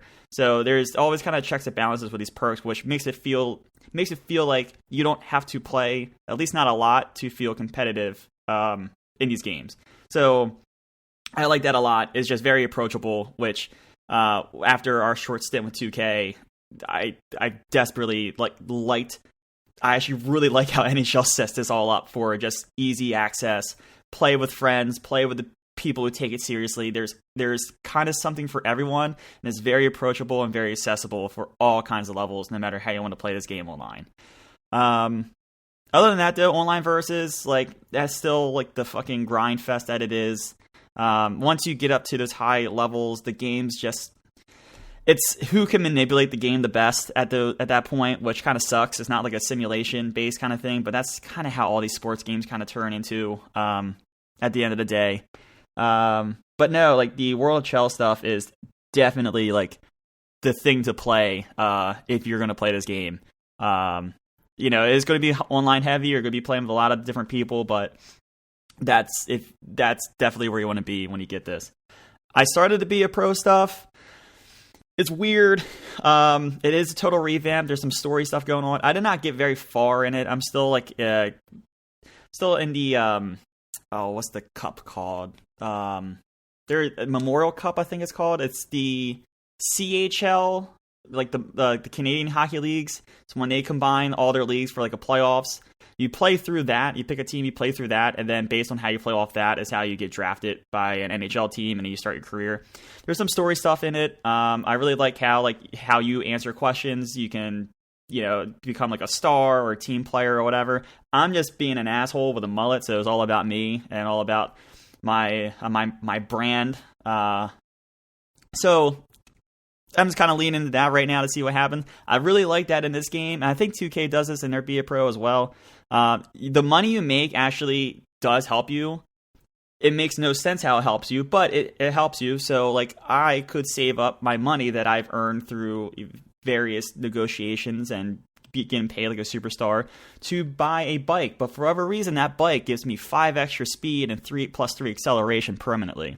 Don't know how buying a bike translates to skill on ice, but it does. So does a house. You go faster outside of ice, so then you can be the bike. Yeah, so like, when you buy a house and it raises your defensive awareness, like, there's that stuff too. So there's a little bit of incentive to actually negotiating contracts in these games now. So I thought that was pretty cool. Like I said, I haven't gotten very far into it, so I don't know how deep it goes and how well like the RPG systems play out towards the as you go along. But a nice and needed refresh to a mode that desperately needed it.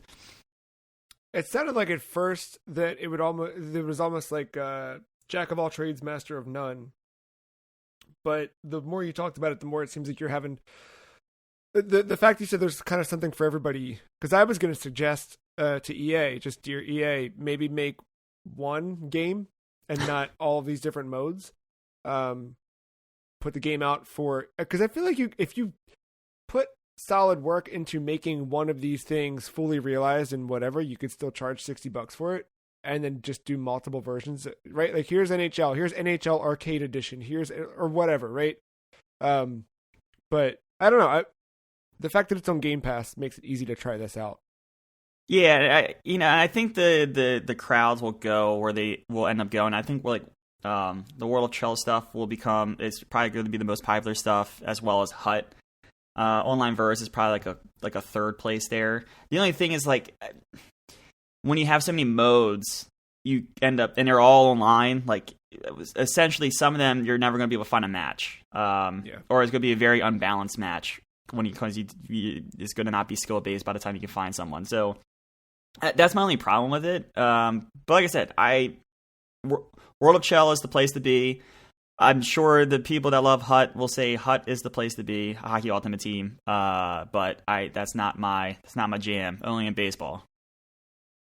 Which baseball also on Game Pass, so that saved you some money this week, right, Matt? It sure did on Xbox. I bought the Jackie Robinson Digital Deluxe Edition for $85 to allow me early access. So I've been getting a good head start on the April 20th crowd, grinding away for my Diamond Dynasty team. On PS5 or PS5? PS5, yeah. But I don't have much to talk about with that right now because a lot of it has been grinding. Haven't really been going into franchise or Road to the Show or any of the marquee modes in that game. But Diamond Dynasty always has so much to offer. Where even though you're just throwing pitches and hitting baseballs, it feels like a totally different game. In the different modes, it's weird. Like there's a risk mode. Like you play like a game of Risk with baseball teams. Weird. And it's really weird. But I don't have too much to say about it yet. It looks great. It plays great. 4K 60 frames is a very nice thing to have. This is my first year having that. I never had a PS4 Pro. So yeah, I'm very excited that baseball's around. I already put in a good chunk of hours. I'm already at like 4 or 5, despite only having it for like a day and a half as of recording. Jeez. Yeah, well, we'll have to check in with that versus the Series X version next week. Yeah, I plan on touching that Series X version just to have some, if I can see any differences, also how cross progression works, because stubs is such a heavy currency and a universal player profile and your team and stuff. I'm curious to see how that works. We talked last week briefly that there was to be an announcement, and the announcement was at WrestleMania 37, WWE 2K22 has been announced. The teaser trailer showed live action and in-game footage of Rey Mysterio. No release date nor platforms have been confirmed as of yet. Matt, how excited are you for WWE 2K22? It hits different. That's the tagline this year. It hits different. Okay. Well, is that because they have a different developer and it has to hit differently? I don't know. I don't know. Look, the footage they show obviously was at like 4K, and it was so limited that they could have easily did a vertical slice. It looked fine. It looked pretty. I'm assuming Rey Mysterio is going to be the cover athlete. Just assuming, just because of who they use for the footage. Good guess, yeah. We'll see. They claim they're going to be more transparent and show stuff earlier to help confidence, but we'll see when we get there. Yeah. But it hits different. Yeah. And we're going to get to April 22nd a little bit before we get to 2K22. And along with April 22nd comes Shantae, the original Game Boy Color game, releasing for Nintendo Switch. This not updated version, but this release packages both the Game Boy Color and Game Boy Advance versions of the game. And there's some like extras peppered in. Mark, are you going to pick up Shantae for Switch? Funny you say that, because I have it on 3DS. Oh, yeah. I was planning to play through all of these at some point. I don't think there's too many out there. I think it's like 3 or 4 games, I think. 5 was the number in my head, but I don't know. That sounds right. Yeah. That sounds right. But yeah, I mean, they seem like fun, cool platformers. I always see people talking about them, and just want to see what all the hubbub is. Yeah, I know the Game Boy Color, the impressive thing was that with that version, or the original Shantae, is like, it was the most visually impressive for Game Boy Color. They did a lot of things in that system that shouldn't have been possible, but they pulled them off. That was always an advertisement I'd see in like Nintendo Power and always ignored it because I saw it so much. I was just like, what is this? Is this like it looked so low budget to me visually at the time because how she looked.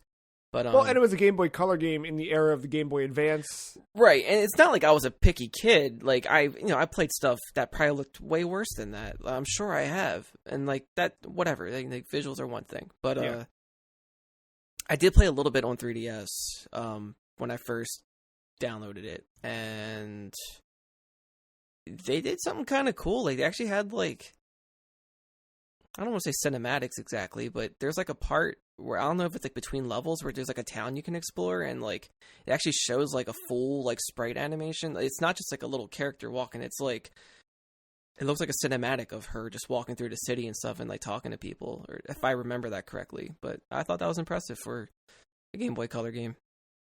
Yeah, it seems like it had that kind of thing going on for it. So that is out. I did not make note of the price, but I'd imagine $15-$20, something in that realm. I can't see it going over that. Yeah.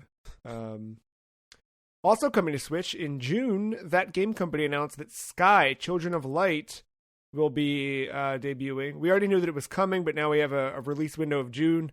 The game will feature cross-play with the existing iOS and Android versions, and should remain free to play on Switch as well. I recently played a little bit of Sky because I forgot about that game. And after playing some Apple Arcade stuff the other week, I was like, is there another phone game that I was... Oh, yeah. And I downloaded Sky and played some Sky, and... I don't know. That game seems like it has something, but I don't know what... I don't know. Maybe I'll try it again on Switch. I'm not sure. Did you guys ever go check that one out at all? No, as much as I love Journey, I never tried it. It's weird. I think the flight feels really good, which is what you kind of want. Right, if they did one thing right, it's that. But the actual like progression and stuff, yeah, I don't know. I want to try it more, but maybe Switch will be the time for that. So we'll see. Is that a co-op game? I think you can link up, and yeah, I think that's the idea. Okay. But I don't know if it's like a Journey style co-op. I don't think it is. I think it is more traditional. Like if we wanted to play together, we could. Okay. But there is also that kind of like seamless Journey style where you just kind of flow in and out of people's games. Just like the elusive targets flow in and out of Hitman 3, and our first one has reached Agent 47. Matt, did you get him? I got him. I did have to do one panic restart. I will say they're very lenient about that stuff. As long as you don't do any of the main objectives, you can just kind of clear the field and restart. This is Hitman's at his best with these things. Just the weird and wild things that can happen.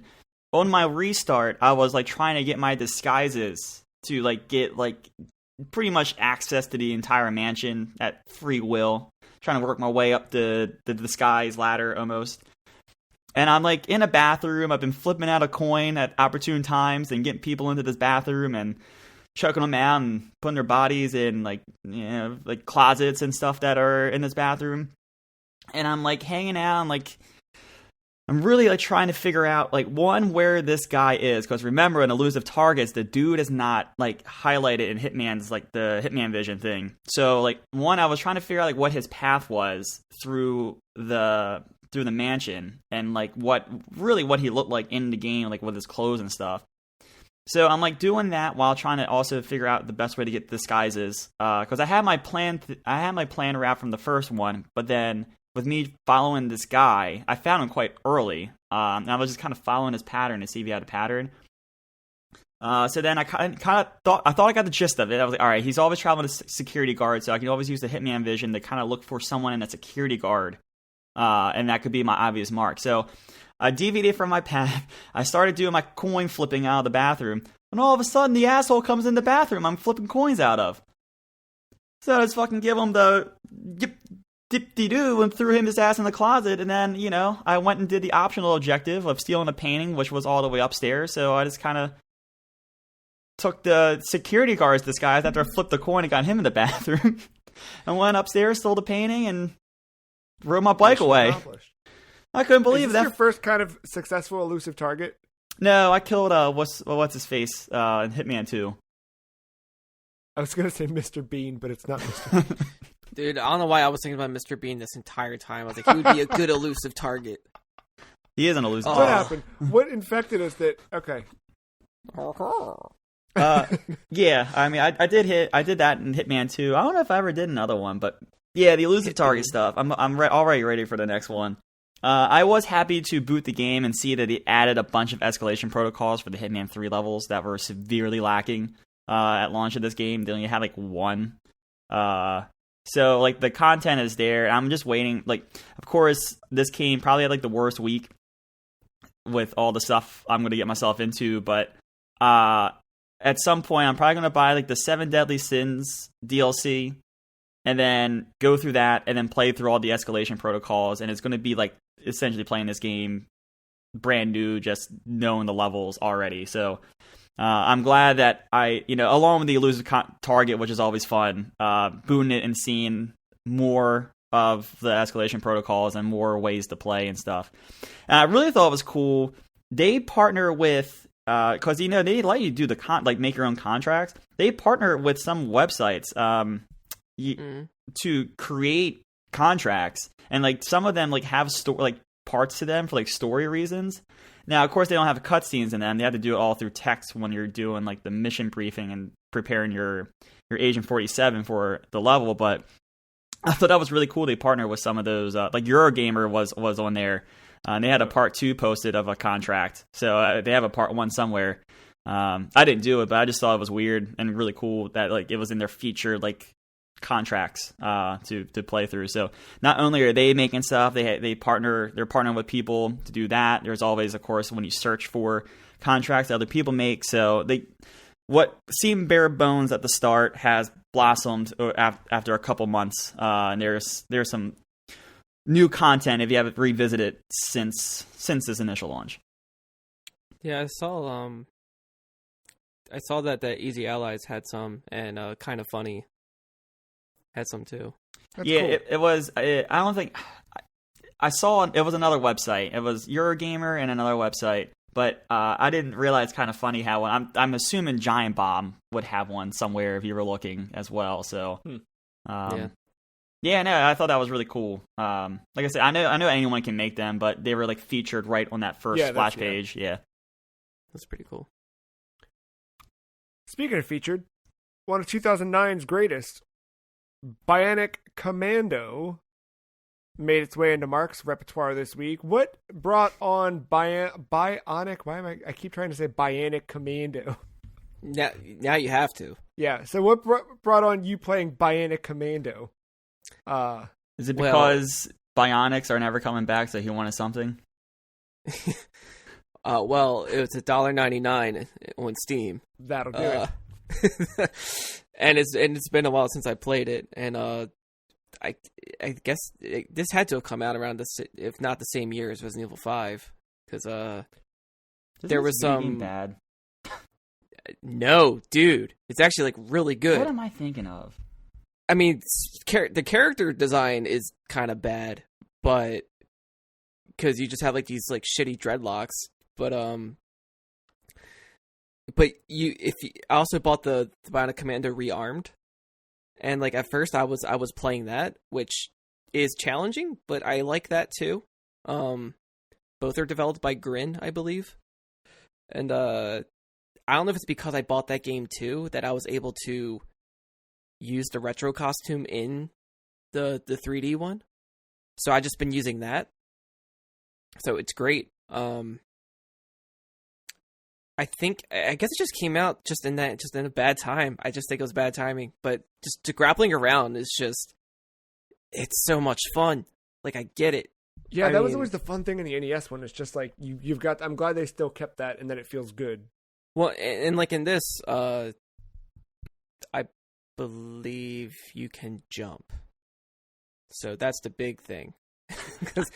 Yeah, Bionic Commando original, you can't jump. It's just like you kind of have a grapple one angle up or whatever, and like that's it. Yeah. No, but this is like you're going through like sections of like destroyed city. Looks like it came out of Sonic 06, and you're just like shooting people, swinging around. You can like grapple a dude and like drop kick him, and you're unlocking abilities as you go on. Like I could just like uppercut a car and then like punch it into somebody. There's little hacking mini games, which is completely, I guess every game needed that back then. What BioShock, Batman, Fallout. I think I never played Fallout, but I assume. Yeah. I I don't know. Like, I didn't know what to expect going into this. I know it was like kind of some cheap, cheesy, like corny thing, and it does have like that kind of storyline. You know, it feels like it came out of like a early '90s, late '80s like action movie, and you're kind of just going in, just kicking ass. So yeah, not much there story wise. I do like they do play on, because it is like a continuation from the original. So it's cool that they still incorporate those characters in new ways and kind of stir things up. But yeah, I don't know. I was just amazed by how much I was enamored by this and just getting into it.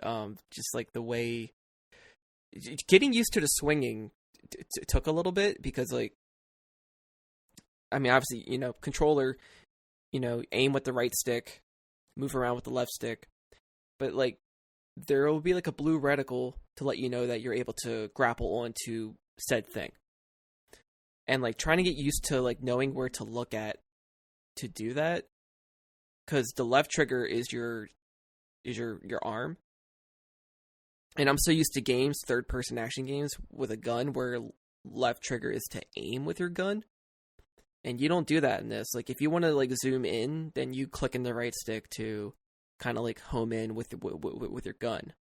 So like I'm so used to like, so I keep messing up when I grapple somebody. I'm flying into them with like a drop kick, or I guess I'll call it a zip kick, and you bounce off of them, and I'm trying to like shoot them after I bounce off of them to be like really fucking cool. But I keep like grappling back to them, and I'm just like, no, I'm trying to be really cool here. And, and it all just falls in your face.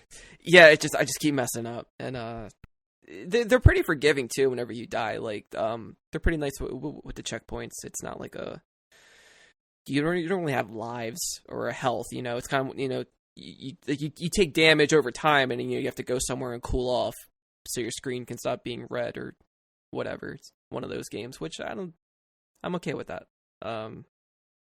Yeah, like I'm not too far in it. I think I only gave it maybe about like 2 or 3 hours, because I was playing like the other one before that. Just wanted to see the differences, and I like them both. I like, for some reason, that's another thing where like when those games came out, I just did not care. I don't know where my mind was around this time, but like I just had no interest in these. Like I think they came at that time where downloadable games were very much downloadable games, and they were separate from what we were getting on disc or at, you know, at retail. And yeah, not that they had a negative connotation, but it was just like, I don't know, man. It was also that era like where so many of those things were happening, and so many like reimagining or continuations of like this classic series, like Castlevania The Adventure Rebirth came out, all the Gradius Rebirth, all that stuff was hitting WiiWare. You had a lot of that, like a lot of companies who were like, hey, we've got all these old properties too, not just Nintendo. We should revisit them and reimagine them. And I think you had a lot of that. So I think it's easy for it to get lost. And like it's so charming with when they were trying to like, or not trying, but when they did like reboot this series, especially for the Rearmed series, it's a shame we can't play the second one unless you have a 360, because it's stuck on that one. And like, oh wow, they didn't even do the backwards compatibility. Nope. And like, and I love that character design because he has a mustache. Yeah. And it's just like you could tell they just went like full force, like, you know, we're just gonna make this our own and give him this personality. He's like kind of gritty in this 2009 one. I know I keep like flipping through all of them here, but they all came around like the same time, so I just feel like it's just all one, you know, culmination here. But especially with this 2009 game, there's something about the swinging around. Like yes, it's swinging, but like the way you can time yourself with it, and the way like it has physics similar to like Wind Waker. When you have the rope, where like you can just stop swinging and you can zip up or down. You can adjust yourself where you need to be, and then when you do jump off, depending on, like, it gives you a little reticle when it's proper to let go, so you can have that momentum to push you to the next thing. And sometimes he'll do like little poses in the air and like make like little like exciting like exclamations. Like sometimes he'll do like, I'm pretty sure he held his feet at one point, and it just made me feel like I was playing a Tony Hawk game for a second, where I'm just nothing but air. He's just doing all these tricks. Yeah. And there's times where like it's such a small detail, but it's perfect for this game for some reason. Like whenever I am like, it's like not really a tutorial, but as you're going, you're still unlocking new abilities for Spencer. So like I just got that ability where like you could punch a heavy object in the air and then you jump up in the air and then you punch it forward and it will home in on the closest enemy. And sometimes you need that to break open walls, and you have to do it like just right because it's like sheet metal, kind of cracked and split. So you feel like if you punch anything at it, it'll just boom automatically burst open. But like I punched a forklift at this thing, and the forklift got stuck in that crack. And you know it has that janky physics where it's not like in a way where not always going to work. A way where it broke it, and you couldn't get through. Yeah, or like if you're trying to zip to something, it gets stuck in the motion of still zipping even though you have nowhere to go. So you'll just be like in this position, just laying around, floating for a bit. But like whenever I'm hitting an enemy and I get it, or just shooting them, but mostly with the punching and the zipping, I hear Spencer like giggling to himself. He's like enjoying it. He's like, like he's like... For some reason, that's new to me. I'm not used to people enjoying doing this shit. Like he's really getting a thrill out of it, like a sense of character to something that otherwise, like there's little details flesh out and make I think that makes the game more enjoyable, probably. Yeah, I don't know why. I found that so endearing. Where it's just like he's just loving killing these people, and then with the Rearmed series, when you go into like both games do this, where like you go into the buildings and like you could defeat enemies and you hack a computer, get information that gives you tips on like how to defeat a boss or kind of pushes the story along, stuff like that. And you always have to like, you can like contact HQ about what you're hacking into, and then you can listen in on the enemy's conversations. And with the Rearmed series, it's like they kind of modernize the way they talk, and they're like kind of self-aware. And I only took one screenshot, but the soldier and the captain were talking about like an enemy, right? It was like a boss, and it was like, oh, like I'm nervous that this boss is in this room with all these canisters. I'm afraid like something's going to happen because his back is, because the only part that isn't protected is his back. Wink, wink. And it's like, okay, well. Obviously that's his weak spot. And he's like, guys, like, well, don't worry, because like no one's ever gonna come in here, and the cans aren't harmful. Like somebody would have to have enough strength to throw it to even be a threat. And then like they made a joke. It's like, yeah, I suppose you're right. And then the other dude says Raffle, just says ROFL. And I was like, this is stupid, and I love it. I took a screenshot, and then the captain's like, all right, stop laughing and get back to work. Like he just like immediately insulted him afterwards. I don't know. This goofy part of Capcom where they're being like experimental and fun, where like this, like the Lost Planet games, the Dead Rising games, like this early 2000s Capcom, there's something there that needs to be acknowledged more, I think.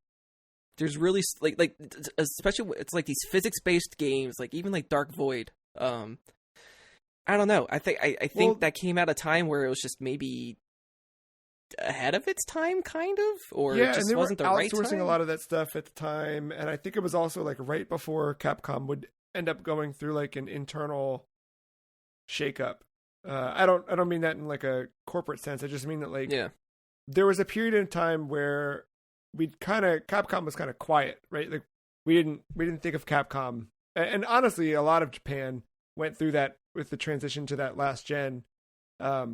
And it wasn't until like the tail end of last gen that we started to see Japan get back in the swing of things. But yeah. I think you're right. Like that late 2000s, mid to late 2000s, like Capcom, even Konami to an extent, had a lot of interesting things. Very true. But like, I don't know, $1.99. I mean, the sale ends on the 20th, so do with that what you will. But even if you play this for like 5 minutes, I guarantee you're going to enjoy swinging around. Yeah, like, that's. I don't know. It's cool. I like it. Capcom's still doing some weird stuff. I have one fun fact to add about this. When I was looking this up on Wikipedia, I'm confusing that second game with something else that EA did. I can't remember what though. This game runs on the diesel engine. So it is technically Grin's diesel engine. Yeah. Grin Diesel? Grin Diesel. Okay, okay. Got it. Yeah, Grin was the... Got it, okay. Now there's, like, no excuse Yeah, you gotta get not to play this.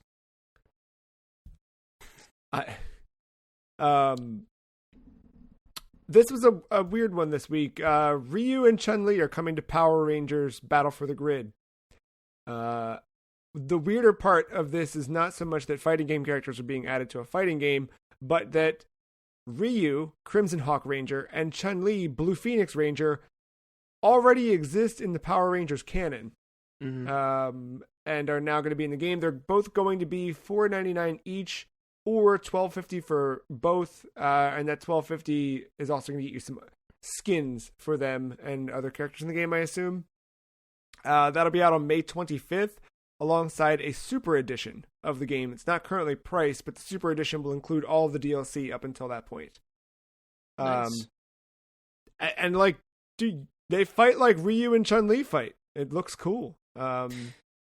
Yeah, I don't know which came first, the comic part or the fan made like videos where I forget who does the videos. But I think it's called like Superhero Beatdown or something like that, where they just like do like fantasy matches between just like different pop culture characters and see who would win. And like sometimes the actor who would play the Green Ranger would be on there, and I think they did like a Green Ranger versus Ryu fight at one point, and then it was like, oh, what if he was a Power Ranger? And I think that spawned all this. Yeah, and then it led to this moment. Yeah, weird. That's cool. Yeah, I might check them out. I played a little bit of that game a couple months back. Just like I played a little bit of Phantasy Star Online 2 a couple months back, and now its sequel, New Genesis, is getting a closed beta test globally on May 14th, with signups starting this Wednesday, April 21st. The signups are going to be limited to people playing the Windows 10 Store version of the game, and you must have the Xbox Insider Hub installed on your PC. You can sign up, and if selected, you'll be able to access the beta for 2 days from May 14th through May 16th. Speaking of accessing weird PC things, Mark, you've been playing Emily is Away Heart. Or Emily is Away Less Than 3. Is that the idea? I think I assume the heart is silent at this point. But it's also the third game, is it not? It is the third game. So maybe Less Than 3 is accurate. Yeah. Anywho. I have not slept yet because of this game. Kept you up all night. Yeah, like after I got done playing Resident Evil 5, I was like, you know what? Yeah, I have to fit this in at some point. And I went, I went through. I guess I kind of need to back up here. Emily is Away is I don't know if I can call it a visual novel exactly, but it's a dialogue game. The first one was based around AOL Instant Messenger, and it kind of puts you in to one of two situations where you are talking to one of two girls, Emily or Evelyn, and drama ensues, and it usually ends up with you not having a good ending. You're usually left being broken up with and alone, and a lot of the decisions in these games kind of force you to say certain things that don't feel realistic in that situation and kind of set you up. So where it's like, alright, so like you only had like two options before, and then they had Emily is Away too, and they kind of like evolved upon it a little bit more. Like they gave you like an extra option, like another extra person to talk to. Story was a little more fleshed out, but like it still felt like it was missing something. And I was like, okay, well now there's this new one coming out where instead of it looks like AOL Instant Messenger, it looks like Gen 1 Facebook. So now this takes place in 2008. And I don't know if I was using Facebook at this time. I think I was maybe still MySpace, or like maybe just in the transition still. I don't know. The Facebook. Yeah, it was about that era. The Facebook. Right, the Facebook. Where like all your instant messages are the. You remember that? It was like every other month they kept changing their sounds from like pops to like dings or something. I don't know. Yeah. So now it has this, but now this is more fleshed out, way more than the other two. Now you get 3 options for dialogue trees. You have a best friend to talk to in between the two that you want to date or whatever. And throughout these conversations, even with the past ones, time kind of skips forward between the chapters, to kind of just fill the voids of, move the story along and see what goes on. This was like a span of like about a year in time. It's like end of high school. You're kind of contemplating what to do after school with like college and your relationship and all that. So it's a lot of it is just focused on that time. So I guess you have to be in the mind of like an 18, 19-year-old, give or take. And so what? Steam says I have like 7.9 hours in this. I'm just going to say 8 hours. What was cool about this one compared to the other two, yeah, I felt miserable. It brought up a lot of things I did not want to remember, and it, struck a couple chords I wish it didn't. But at the same time, I'm kind of happy it did in a way. It was like pseudo-therapy. But in the end, I just felt miserable. Just felt awful because I was like, these conversations are ridiculous. And you don't want to restart these over and over to try to get the best route, because sitting through all that crap is just, it takes its toll. Cool thing about this one is that once you finish, you can go back to certain chapters in your Facebook timeline to be cute about it and replay that one part. But they are still kind of lengthy, and I kind of wish you didn't have to type. That's the other thing. All your responses, you may pick one out of the 3 answers, but you still have to pretend you're typing it. So you still have to press keys on your keyboard to fill out the sentence and hit enter to send it. Fine. But I think you should give an option where if you hold in the key, it just does the whole thing for you, or just autofill it and just click and go. Like, I think that would save a lot of time. Yeah, I mean, even with that's the lengthiest part of this game lately that have like put accessibility first. Like, that seems like a no-brainer. Yeah, and especially if you have trouble typing, like, I think that just should be a good option. Yeah.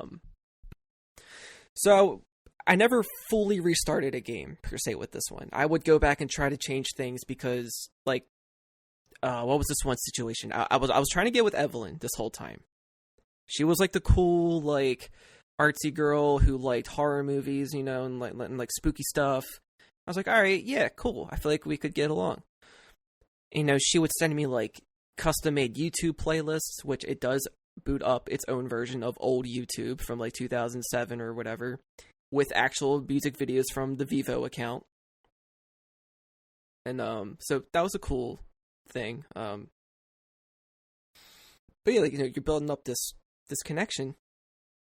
And like, there's this one moment where she has a friend named Steve who's in her class. We don't have any classes together because I was taking band. Yeah, I was in band, and she was just doing like legit art, like painting and shit.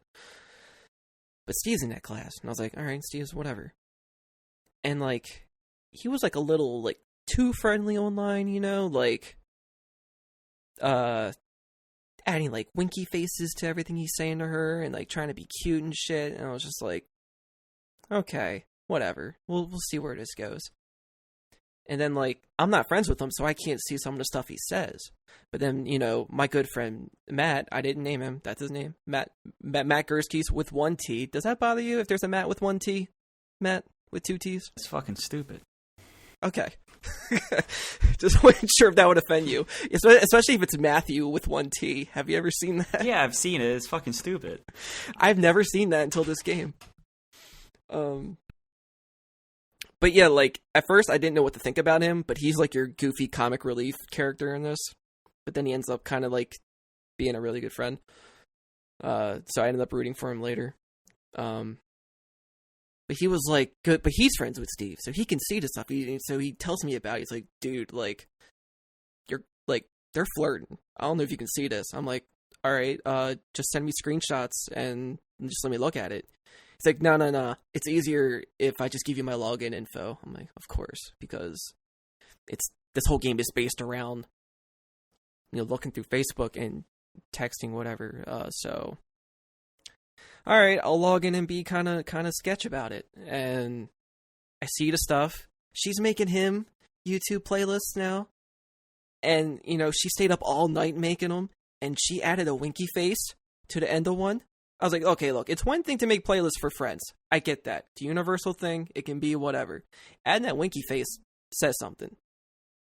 Call me crazy. Yeah. No, the winky something face is implied. Yeah. So, like, I was able to acknowledge that actual, like, moment right there. I was like, oh, shit, maybe they are flirting. But, like, I wasn't trying to, like, jump to conclusions either. Like, I'm trying to be as open-minded as possible. But, like, and then he was like, well, you're under my account. Do you want to, like, talk to him? I'm like, no, that seems a little too far. I don't want to pretend to be you and be that super crazy controlling guy. So I was like, I'll just talk to her. I'll just bring it up. So I go to bring it up, and at no point throughout this conversation, I really tried twice. There's no point in this conversation where I can bring up the winky face. I can't bring up the winky face. Instead, it makes me become like this controlling asshole where she had to, like, she felt like she had to stop being friends with him, just drop them all together.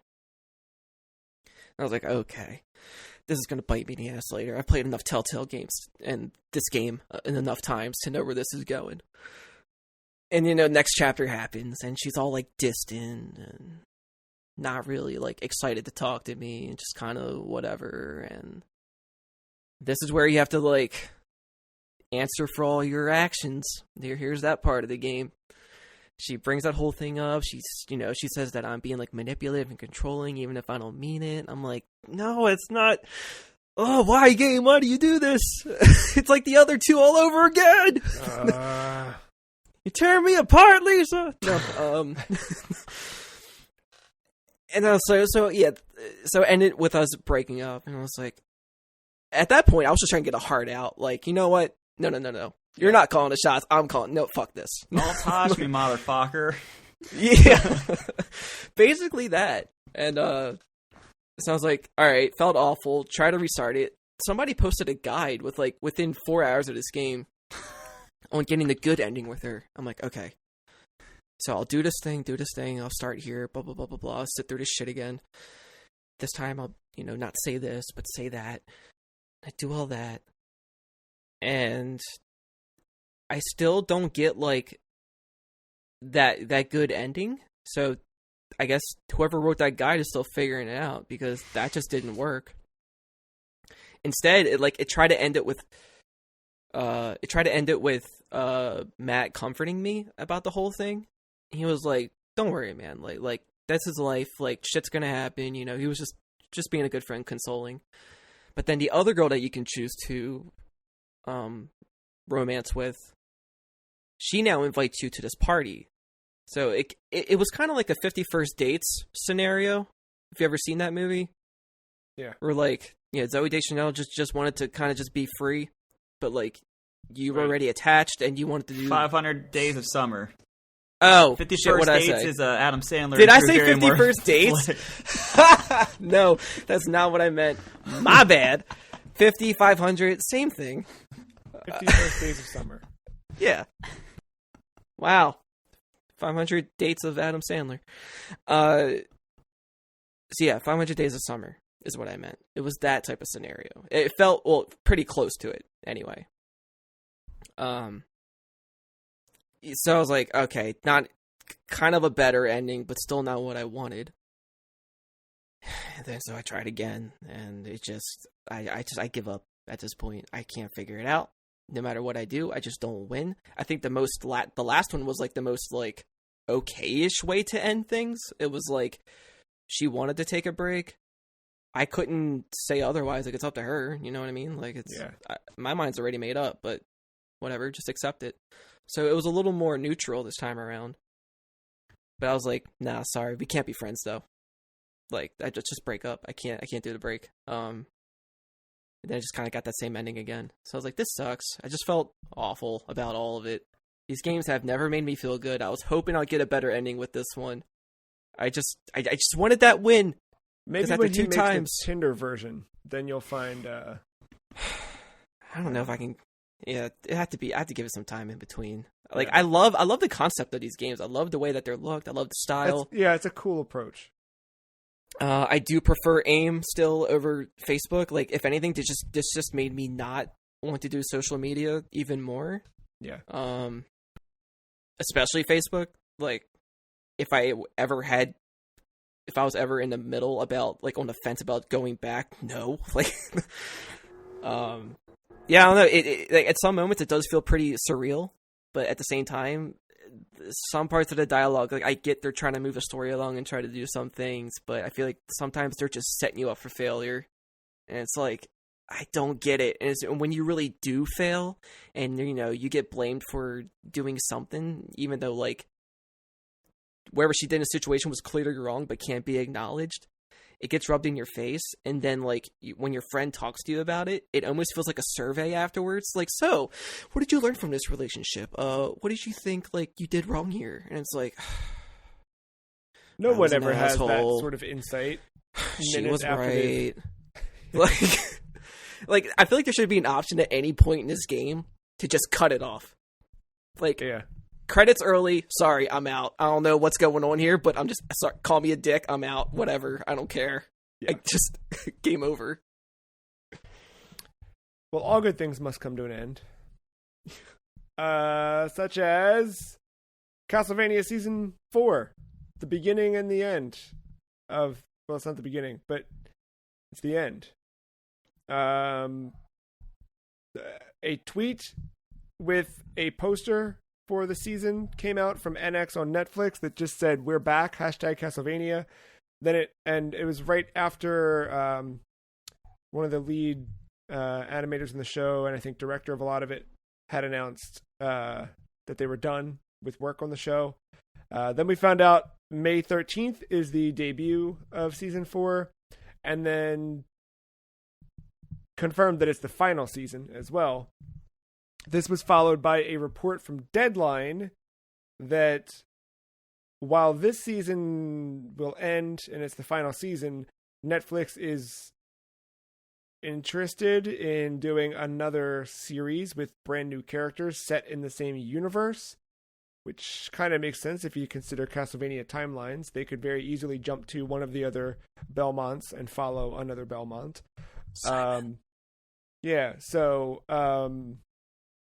And then Samuel Dietz, the same creator who had previously announced that they were done working on it, kind of took that Deadline quote and did those side eyes emojis a whole bunch of times. So maybe there's some validity to that report that they might be doing another one. If they're going to do another one, what do you guys think it would be? Which Castlevania game should they pull from? I don't know enough of the other Castlevania stuff to give you a good answer, so I refrain. Well, the fact that Alucard has that shield in that image, makes me think Symphony. Yeah. But I don't know, since I haven't really fully played through Symphony, I don't know how many other characters are in that game that aren't enemies. There's technically Richter, right? Richter and Maria are in Symphony. Right, Maria. Duh, how did I play it as her? Yeah. So maybe it would start with Richter's portion, and maybe that could lead into Symphony. But I would I would totally like to see a Simon focused one though. I think that just makes sense to me. I think Simon makes sense. I mean, if they're thinking long term, here's what you do: you go from this one and you go to Simon, because timeline wise, Simon is the grandson of Trevor. So you could do that. feel like each season should be a Belmont. Well, here though, right? So they do 4 seasons of Trevor of Castlevania 3. Then you do a couple seasons where you get him through Castlevania 1 and 2, get through Simon's Quest. And then you can go from there to Rondo, do a whole Richter and Maria story, and then you have Richter get possessed by the end, and then you bring it all back in the way that every major series needs to tie everything back together with the first movie or whatever the heck. You tie it all back by bringing Alucard back to defeat his father once and for all in Symphony of the Night. And then you end it with a tease of Aria of Sorrow. Oh man, that would be rad. Maybe they finally do the 1999 battle with Dracula. Yeah. I don't know. In that poster, is that Grant on the left? I was wondering that too when I saw that, and I was like, no, I think he's a guy that was in the last season that I'm forgetting about. Okay, because I just don't remember anyone with a knife, and I remember... Isn't that like Grant's thing? Yeah, there's a dude who shows up in the last season that I remember when he showed up, I was like, oh, it's Grant, and then it wasn't Grant, so I don't know who it is. I forget now. I'm currently rewatching it. I'm partway through season 2 right now, so I'll let you know. I don't remember. And finally, tomorrow is the 15th anniversary of Mother 3, but today is the 10th anniversary of Mortal Kombat, Outland, Portal 2, SOCOM, and of course, the infamous PlayStation Network outage of 2011. I remember that. People don't forget. Here we are, man. Happened. I was at GameStop when that happened. That was an awful day. 10 years ago today, man. What a time to be alive. Yeah, that was something. That was something. Dude, SOCOM. Yeah. That was the death of SOCOM. Before that Call sure of Duty, was man. the death of SOCOM. That launched and you couldn't play it online. Mortal Kombat I couldn't play online. Portal 2 I was playing locally anyway, but couldn't do that co-op online if you wanted to. A mess. Well, with that, that's the end of our podcast this week. Thank you for hanging out with us. We'll be back next week with more games, more news, and everything in between. Hey, maybe between now and then, Nintendo will announce Mother 3. Maybe. Who knows?